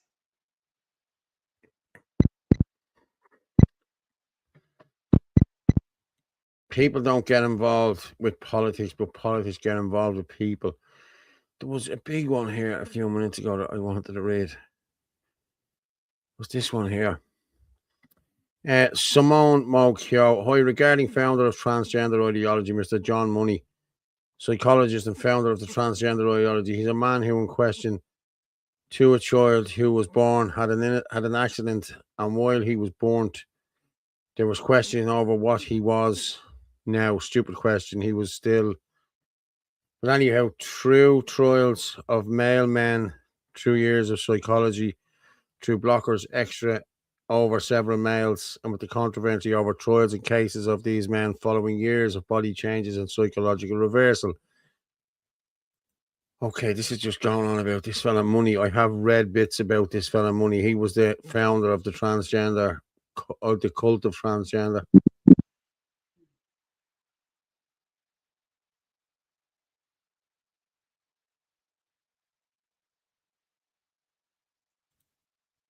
Yeah, don't know who is. He's very corrupt. Very corrupt. She's definitely the boss lady.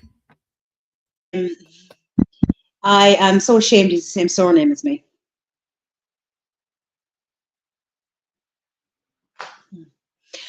Right, that's us pretty much done and dusted. Shall we head over to the vaccine segment?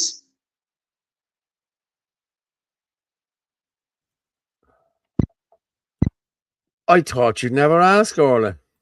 We've got a few segments, and then I actually came across an interesting. It's under health news, so we can throw that in as well. Yeah, I have that there now. I'm going to start off. What I'm going to do is I'm going to go with a couple of studies. I'm going to go with the German MEP, Christine Anderson. Once again, with a message to you. As you know, in the election campaign to the EU Parliament, I ran on the promise that I would deliver an inquiry committee into the unspeakable events around the mRNA procurement contracts and how Ursula von der Leyen acted in that. So I tried to deliver on it. That is to say, we managed to get the required signatures for having such an inquiry committee twice.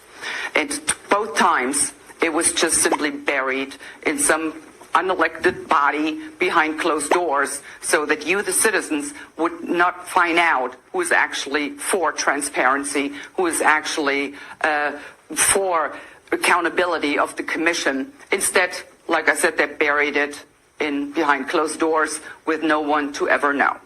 Well, since I ran on that promise, I'm doing my best to live up to that promise. What I'm doing right now is, together with two colleagues, one of them is Marieke Ehlers. She is from the Netherlands, the Geert Wilders party. And we also have Charlie Weimers on board. He is from the Sweden Democrats. We decided to file a complaint with the European Court to have the decision that was taken in Conference of Presidents, to have that decision annulled. At the very least, we should have an open vote in the plenary so that all the citizens can see who is for transparency and who isn't. Who is for pretty much covering up for Ursula von der Leyen, who, in my view, is as corrupt as it gets, and who isn't. Who is actually representing the people in the respective member states and who is not. This is what we're trying to find out. That's why we petitioned the court. And as always, I'll keep you updated as we go along. Thank you so much.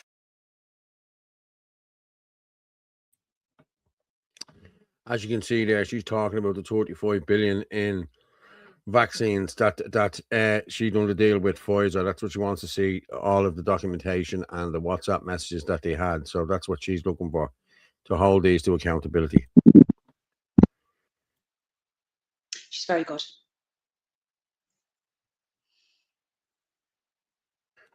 She is very good. I'm just going to play another one here. I'm just going to go through some of these. O'Donoghue is up to his bollocks in it. The higher-ups decided he needed moving on. He signed off on the interconnector contract. And look who got into that. Yeah, anti-Christianity, everybody, they all are. What happens next, Galilee? They won't have it. When we say it, we mean it, not idle words. It's believed Pascal pocketed 300 grand out of the 340,000 for the bicycle shed. I wouldn't put it past them. It was time to move on, job done. Aaron go bra. I'm going to go with another one. Looking at the Louisiana Department of Health infant death records and their immunization status, and found that the infants who receive all 6 of the CDC recommended vaccines at the age of 2 months old faced a 68% increased risk of dying in the following month compared to the unvaccinated children. And females were hit the hardest. They faced a 112% higher odds of death in the following month compared to the unvaccinated. And combination vaccines incurred the highest risk of mortality in the following month. And this was all dose dependent, so infants who got 6 vaccines compared to 5 at 2 months old suffered higher risks of death. And so it appears that inoculating small developing infants with all of these toxic loads reaching their bloodstream and central nervous systems is not only unleashing chronic disease across all categories, but it is also increasing the odds of the infants dying. This is very worrisome, and it needs to be replicated immediately across all other states and their death records, and they need to match them with the immunization records. This cannot be ignored. This is very, very serious.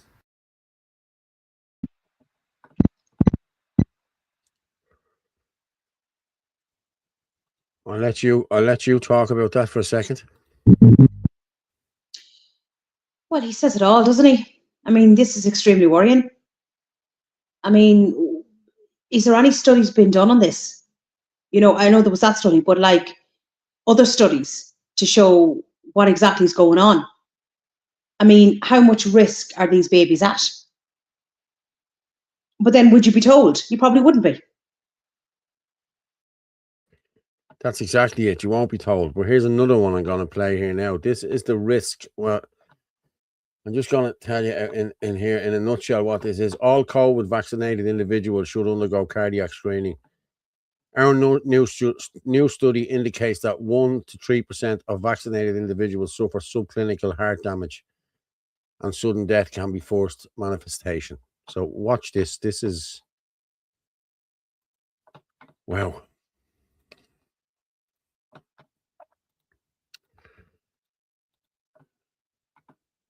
All COVID-19 vaccinated individuals should undergo a cardiac screening to ensure that there is no subclinical heart damage.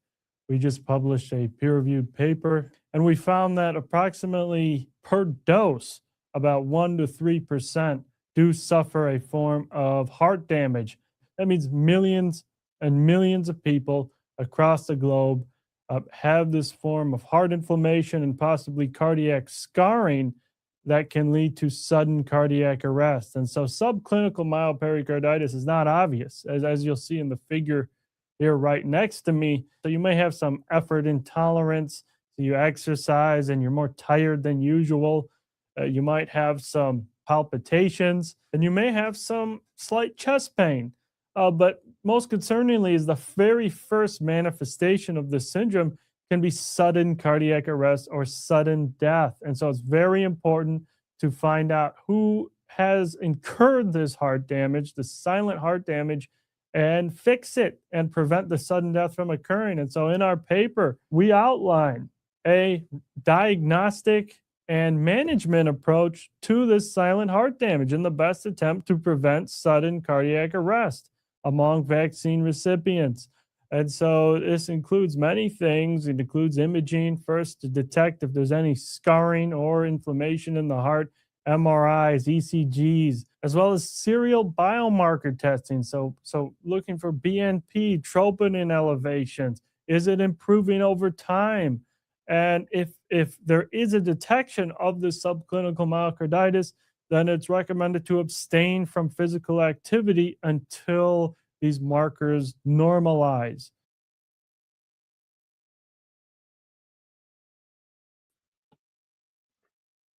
I'm just going to leave you on mic off there for a minute, Orla. Okay, but like 3%, he says, 3%. Now, do you reckon most of the population were vaccinated? So 3% of the population, of a population of 8 billion, or 8, isn't it 8 billion? Yeah. So do you reckon 240 million people could be affected by this? 240 million people could be affected by that. It's not just a small number. When you say between 1 and 3%, when you add that into the context of 8 billion, wow, it's 240 million. I think it is. Is there? Hang on. 1, 2, 3, 4, 5, 6. Yeah, 240 million. Yeah, that's what it is. Isn't that mental? Well, not necessarily, because first of all, I don't believe those statistics as to how many actually took it. But we'll say in relation to the likes of the VAERS report coming out from the High Wire and that, they reckon that over 20 million have died from the convict shots. Like that's what they believe through the likes of the VAERS reports. it could be even higher than that, because there's no way of knowing, because a lot of stuff's not been recorded, or people were put down, as different cause of death. But what they believe is 20 million. That's a lot of people. That is an awful lot of people there. And we'll do the one on the cholesterol and then the one on the Angus Dalgleish. I'm going to do him now, Angus Dalgleish. The evidence that the messenger RNA vaccines they're all completely contaminated. They're just not fit for purpose. The Pfizers are all full of SV40. SV40 was what, in my day, we put into mice to make them grow tumours so we could pour chemotherapy into them to see if it worked for the tumours. And we're putting this into humans for a disease that hasn't killed anybody for at least 2 years. It is beyond belief. And that's really what I cannot understand. Now, today, I got sent something from Australia, which I must say it's the closest I had to being holding my stomach and being sick. It was a race of Morrison, the Prime Minister, doing a deal with Moderna for messenger RNA vaccines for the next 10 years, that you will buy 2 billion Australian dollars of these vaccines off the next 10 years, and they will target all sorts of diseases, and they will be given to children.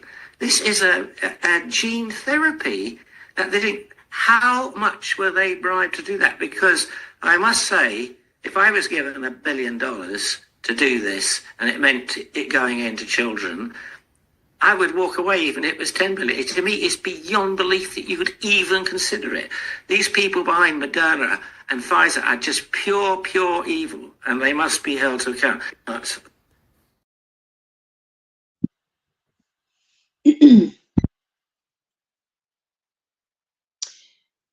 Am I unmuted? Don't get me started on Moderna. Moderna was going bankrupt until they brought out the shots. And it's amazing how they knew and were ready and had the patents for these shots before this virus even appeared. I believe that they got Mystic Meg's psychic ball, and were using it. Also, if you looked at the ingredients of Moderna, there is an ingredient called SM-102. And if you look it up, it actually causes cancer. And that was in the Moderna shots. Also, Moderna recently came out with the news that one of their side effects is psychosis. So that's wonderful news. And I highly doubt that the doctors and nurses given Moderna are letting people know that. Meaning, as we always say, there's absolutely no informed consent.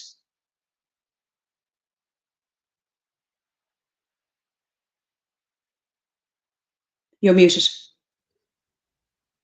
I know I am, Orla. Yeah, I know. I just had to do that. I had to mute myself so I wasn't coming through yours.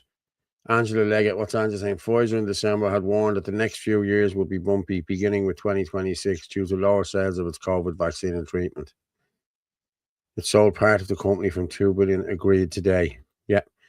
Okay, I'm just going to, this is Pfizer's own data. Look, 279% spike in miscarriages, 487% spike in breast cancers, 1,048% spike in nervous system, 155% spike in birth defects, 350 spike in male infertility, 369 spike in testicular cancer, 2,181% spike in hypertension, 664 spike in malignant neoplasms, a 680 spike in multiple sclerosis, 551 spike in Guillain-Barré syndrome, 468% spike in pulmonary embolism, 320% in tachycardia, 452 in migraines, 471 in female infertility, 437 in ovarian dysfunction, 269 spike in myocardial infarction, and 291 spike in Bell's palsy. Now, wow, that is Guillain-Barré's paralysis. That's how serious that is. And that is a list of side effects. Will you tell me, like, how many people have been told any of these sort of side effects when they're in getting the shots. They're not. They're probably told, oh, you might get a headache and a sore arm. Well, paralysis and everything else that comes with it, I think is more important than a sore arm.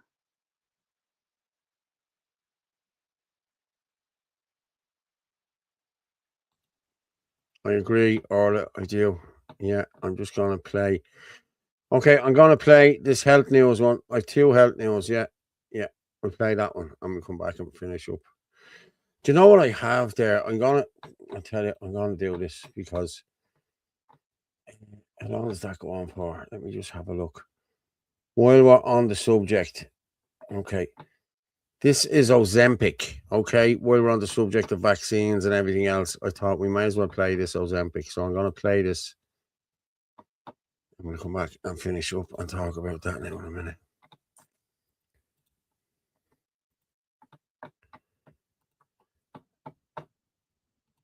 Person was losing on these drugs, they were losing 4 pounds of fat-free mass or lean mass. So 40% of the weight they were losing on these drugs is coming from lean mass, like including muscle and bone. So there are now case reports of young, healthy women who were overweight, who go on the drug for some period of time, and after they get diagnosed with osteoporosis, where they have eroded their bone health, they're losing lean mass. And when you take enough of that drug that you just have no more hunger because of how it's acting at your brain, you do just stop eating. And the malnutrition, at least in part, is going to cause a loss of lean mass. There was a paper recently published with the use of these drugs, finding that people, when they begin the drug, their risk of suicidal thoughts doubles. It goes up by over 100%. And their risk of major depression triples. What it's doing is perhaps reducing your craving for everything. That while you are eating less food, which is resulting in the weight loss, you also are not interested as much in exercise as you used to be, which is going to make it even easier for you to lose your muscle and bone. You're also less interested in hobbies like going to play pickleball with your friends or going out and drinking with the boys. Every 6 pounds of fat a person was losing on these drugs, they were losing 4 pounds of fat-free mass or lean mass. So 40% of the weight they were losing on these drugs is coming from lean mass, like including muscle and bone. So there are now case reports of young, healthy women who were overweight, who go on the drug for some period of time, and after they get diagnosed with osteoporosis, where they have eroded their bone health, they're losing lean mass. And when you take enough of that drug that you just have no more hunger because of how it's acting at your brain, you do just stop eating. And the malnutrition, at least in part, is going to cause a loss of lean mass. There was a paper recently published with the use of these drugs, finding that people, when they begin the drug, their risk of suicide. That's one Ozempic, and then I'm just going to do this one. This is an Indian lady. What did you say? I was just saying the side effects is unbelievable with that drug. Like even down to your gums and your teeth, it's affecting. I'm going to be honest with you. I have someone close to me. Well, not close. Listen, someone I know, and they're on them, and nothing but problems. Stomach problems, this, that, and the other. But it's not the Ozempic. It's not the Ozempic. We know the doctors have told her it's not the Ozempic. Hey, and I'm watching this coming out of America and everywhere else, and I know what's going on. You know what I mean? And I can, it's horrible to watch. Like, mass hysteria has gripped the world over an unwanted virus. We still haven't seen the full effects yet. God help us all. I agree with you. What was a BAM Fine Gael project that fucked over Callahan Construction? I don't know. Ulster loyalists leaving comments on this channel. Lol, how funny. Who are the Ulster loyalists? Who are they? I don't know who they are. I don't know how you differentiate. I really don't. Obviously, you know who they are. So, hey, everyone can comment. It's an open forum, mate. You know what I mean? At least we know who the enemy is and why we need police and army protection. They last 30 minutes outside their cordon. Yeah. Yes, Chris, and you have Fair City giving out about RTE doing immigration documentaries, trying to turn people against each other. That's exactly what they're doing. Did you see the Wilson School thing the other night? The shite that they put out about Wilson School and bullshit.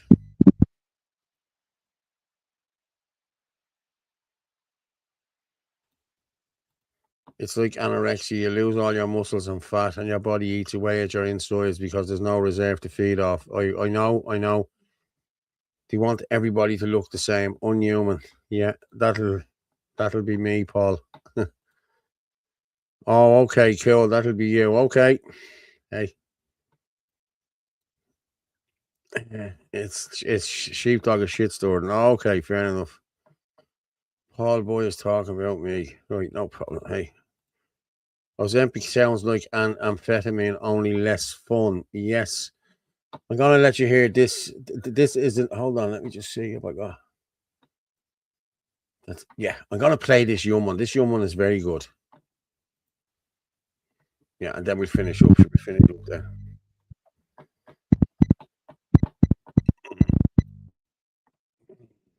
Do.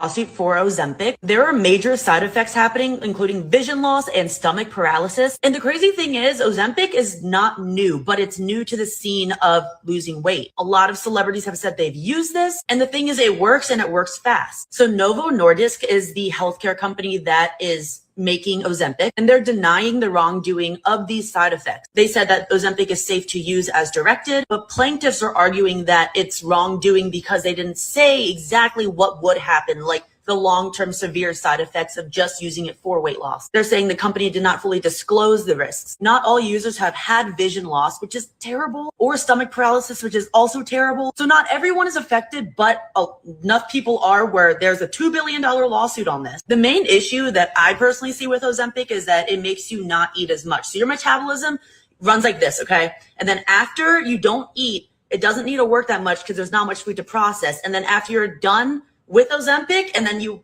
just go back to your regular dietary daily life, your metabolism is still this slow and you're not breaking down the food. So that's why a lot of people gain weight after not taking Ozempic, because your body really isn't working as hard to break down the food and get it out of your system. It did seem like the magic wand when it came to weight loss, but now I'm very curious to see how this lawsuit plays out, especially because there's so many celebrities that have been so open about taking it, which we love them being open, but I'm like, this is wild. $2 billion lawsuit for Ozempic. There are major side effects happening, including vision loss and stomach.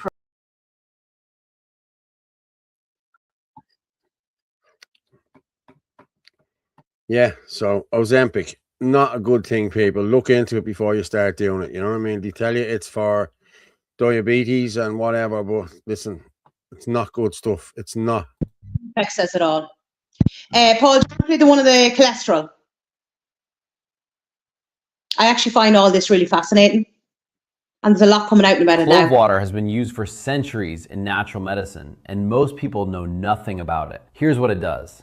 1. Reduces bloating and gas. It relaxes your intestines and improves digestion. 2. Kills parasites. Clove water destroys harmful worms and their eggs. 3. Balances blood sugar. Cloves help lower glucose levels and increase insulin sensitivity. 4. Strengthens your immune system. With many antioxidants, it protects your body from infections. 5. Clears your skin. Say goodbye to acne and dull skin. 6. Improves sleep quality. Clove water calms your nerves and helps you fall asleep faster. 7. Relieves joint pain and inflammation. Eugenol in cloves acts as a natural painkiller. 8. Freshens breath and improves oral health. It kills bad bacteria and supports gum health. If nature didn't make it, don't take it. Comment yes if you're interested, and share this video if you found it helpful.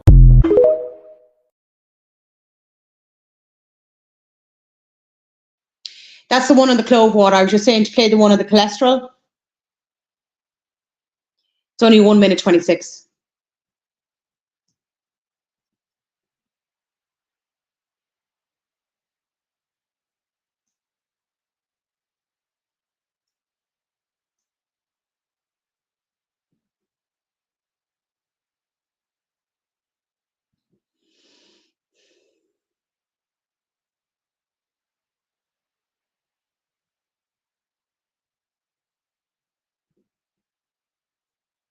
You're muted.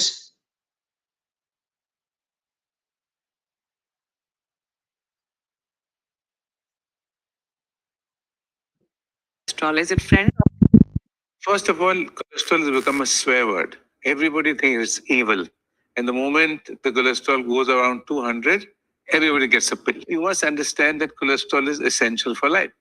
Where does cholesterol come from? I put this question to most of my patients and they'll say, obviously from food. I said, yes. Yes?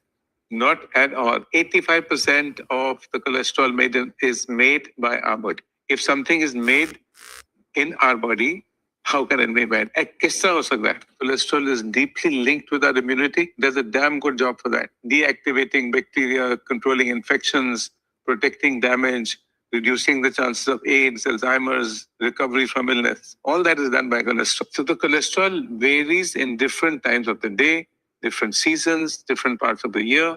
With winter, it increases. With summer, it decreases. It increases after infections, increases after surgery, dental treatment. Even stress increases it. And when we are relaxed, then the cholesterol comes down. You seem to be a little bit in love with cholesterol. I think I noticed a spark in your eyes right now when you were talking about it. Well, that's true. I love cholesterol. And I always tell people, do you know what my cholesterol is? Take a deep breath. It's 325. Really? Yes, it is. And I'm still alive.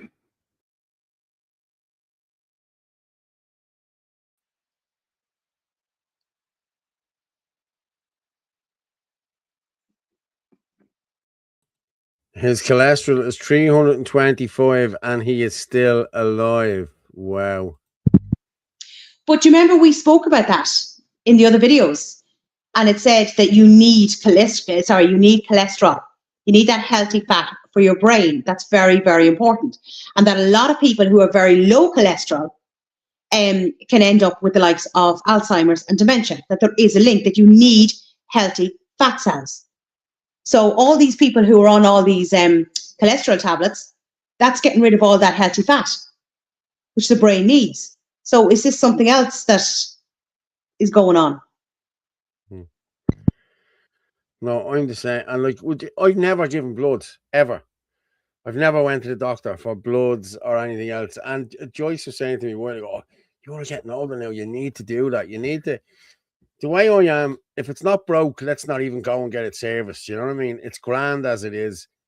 If I keel over and then I'll go to the doctors. You know what I mean? Otherwise, no, you're all right. I remember going and getting me blood, your woman done me blood thing and work years ago, you know? And she shook me, you know what I mean? I said, what's wrong with you? She said, I was just checking to see where you're awake. She says, because this is, wow, I've never seen this before. She said, I swear to God.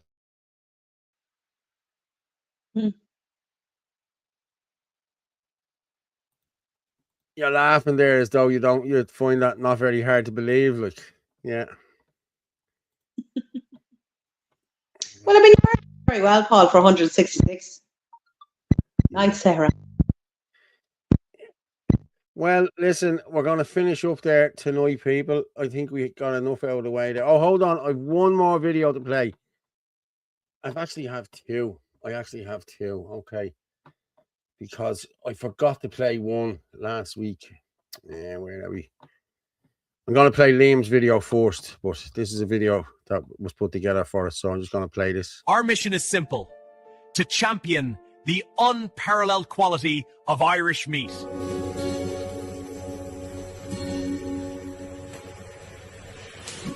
But while he teaches Irish pride,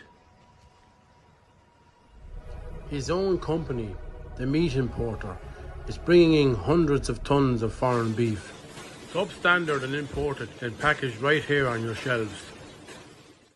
The man that's paid to promote Irish beef is bringing in cheap imports that undercut our Irish farmers. This is a total disgrace. Demand accountability.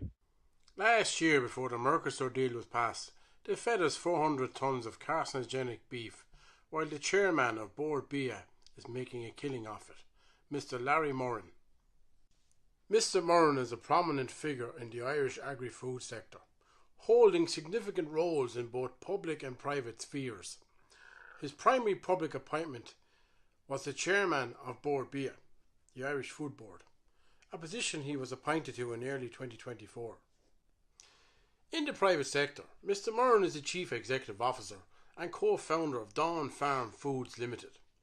This company is a global leader in the production of cooked meat and fermented protein ingredients, supplying major food manufacturing and food services worldwide.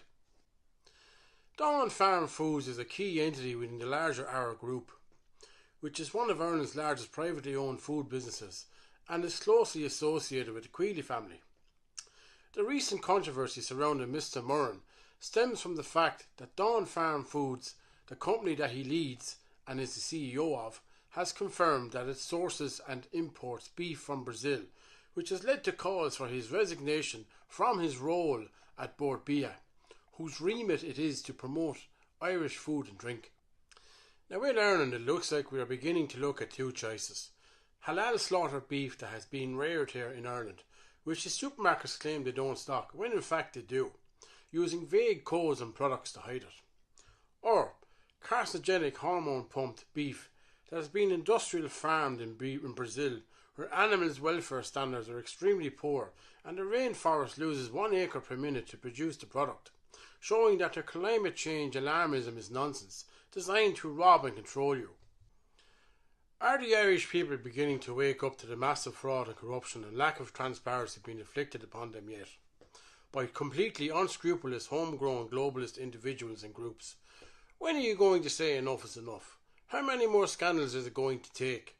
When are you going to say stop? Well done. That was it. He's brilliant. I love him. I love him. He's just so class. Like I call him the new and improved Nick Delahanty, and he's so brilliant. Like no matter when I message Liam and ask him a question, like he's straight back to you. Everything he has is just bang on. You always know his information is correct, and like people would not believe how intelligent that guy is, and he's just so normal. Bit like myself. He's a bit like normal, like me. Yeah, I'm normal too, am I? Slagging him off the show. I'm just gonna play this. I'm just gonna play this video. This is just from last week. This was when Enoch Burke got rearrested. So I'm just gonna, well, when he came back to the school last week, Philip and Fergo there. So I'm just gonna share this, and then we'll finish up all of it, because I think we got through everything tonight. We'd no Martin with us, so it was good.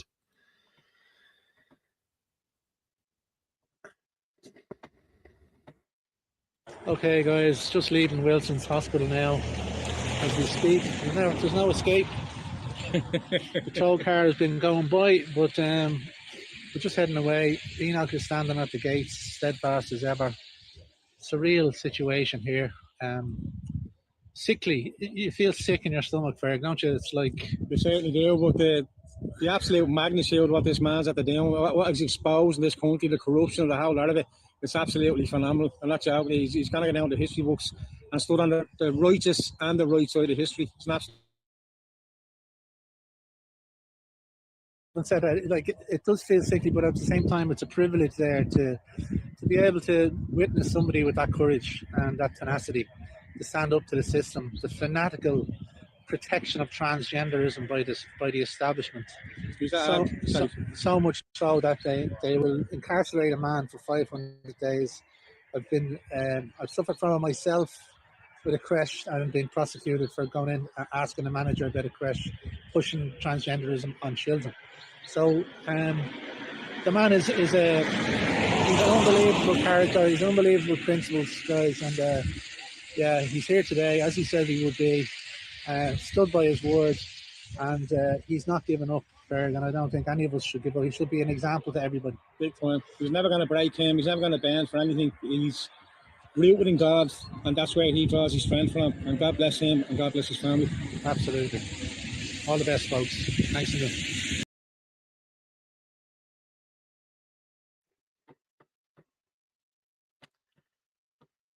Well, now there, Orla, I think we leave it at that for tonight. Thank you, everyone. We've just hit 850.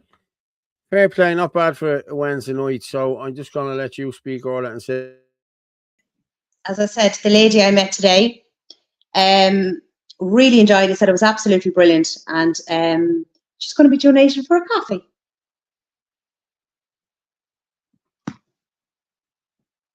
which I definitely do. Tell her thanks very much. What's her name? I'll give you the details in the after show.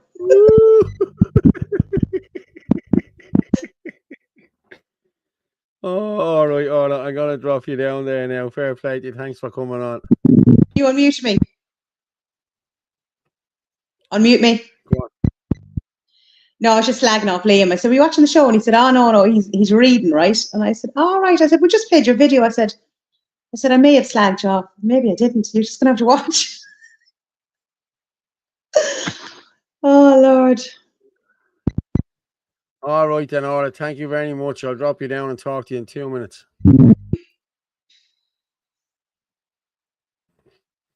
Just going to drop you down. I'll make myself a little bit bigger there. Yeah, I'm just going to, do you know what I'm going to do? I'm actually going to put up the Revolut there because I haven't put it up all night. Boom. That's it there, people. If you want to buy us a coffee or Revolut us a few quid towards the show or anything, please do. And I'll put the link as well in the comments for the buy me a coffee as well, please, if you don't mind. I'll do all of that while the national anthem is playing. And thank you very much. I'll just go through the rest of these. Go in tonight, have no fear. Meatball Martin has your back. We have your back, lads. John Langan, thanks, Paul and all. Good night, all. Good night, good night. Good night, Christine. Good night, Galloway Royler. Good night, back to your us. Give it over, lads. Really a great show, Paul. Thank you for your time. No problem, mate. Love doing it. I really do. Aaron Cabra. Well, people, we came to the end of the show again. And as we say every night when I'm leaving, the truth is like a lion. You don't have to defend it. You just let it loose and it will defend itself. Good night and God bless.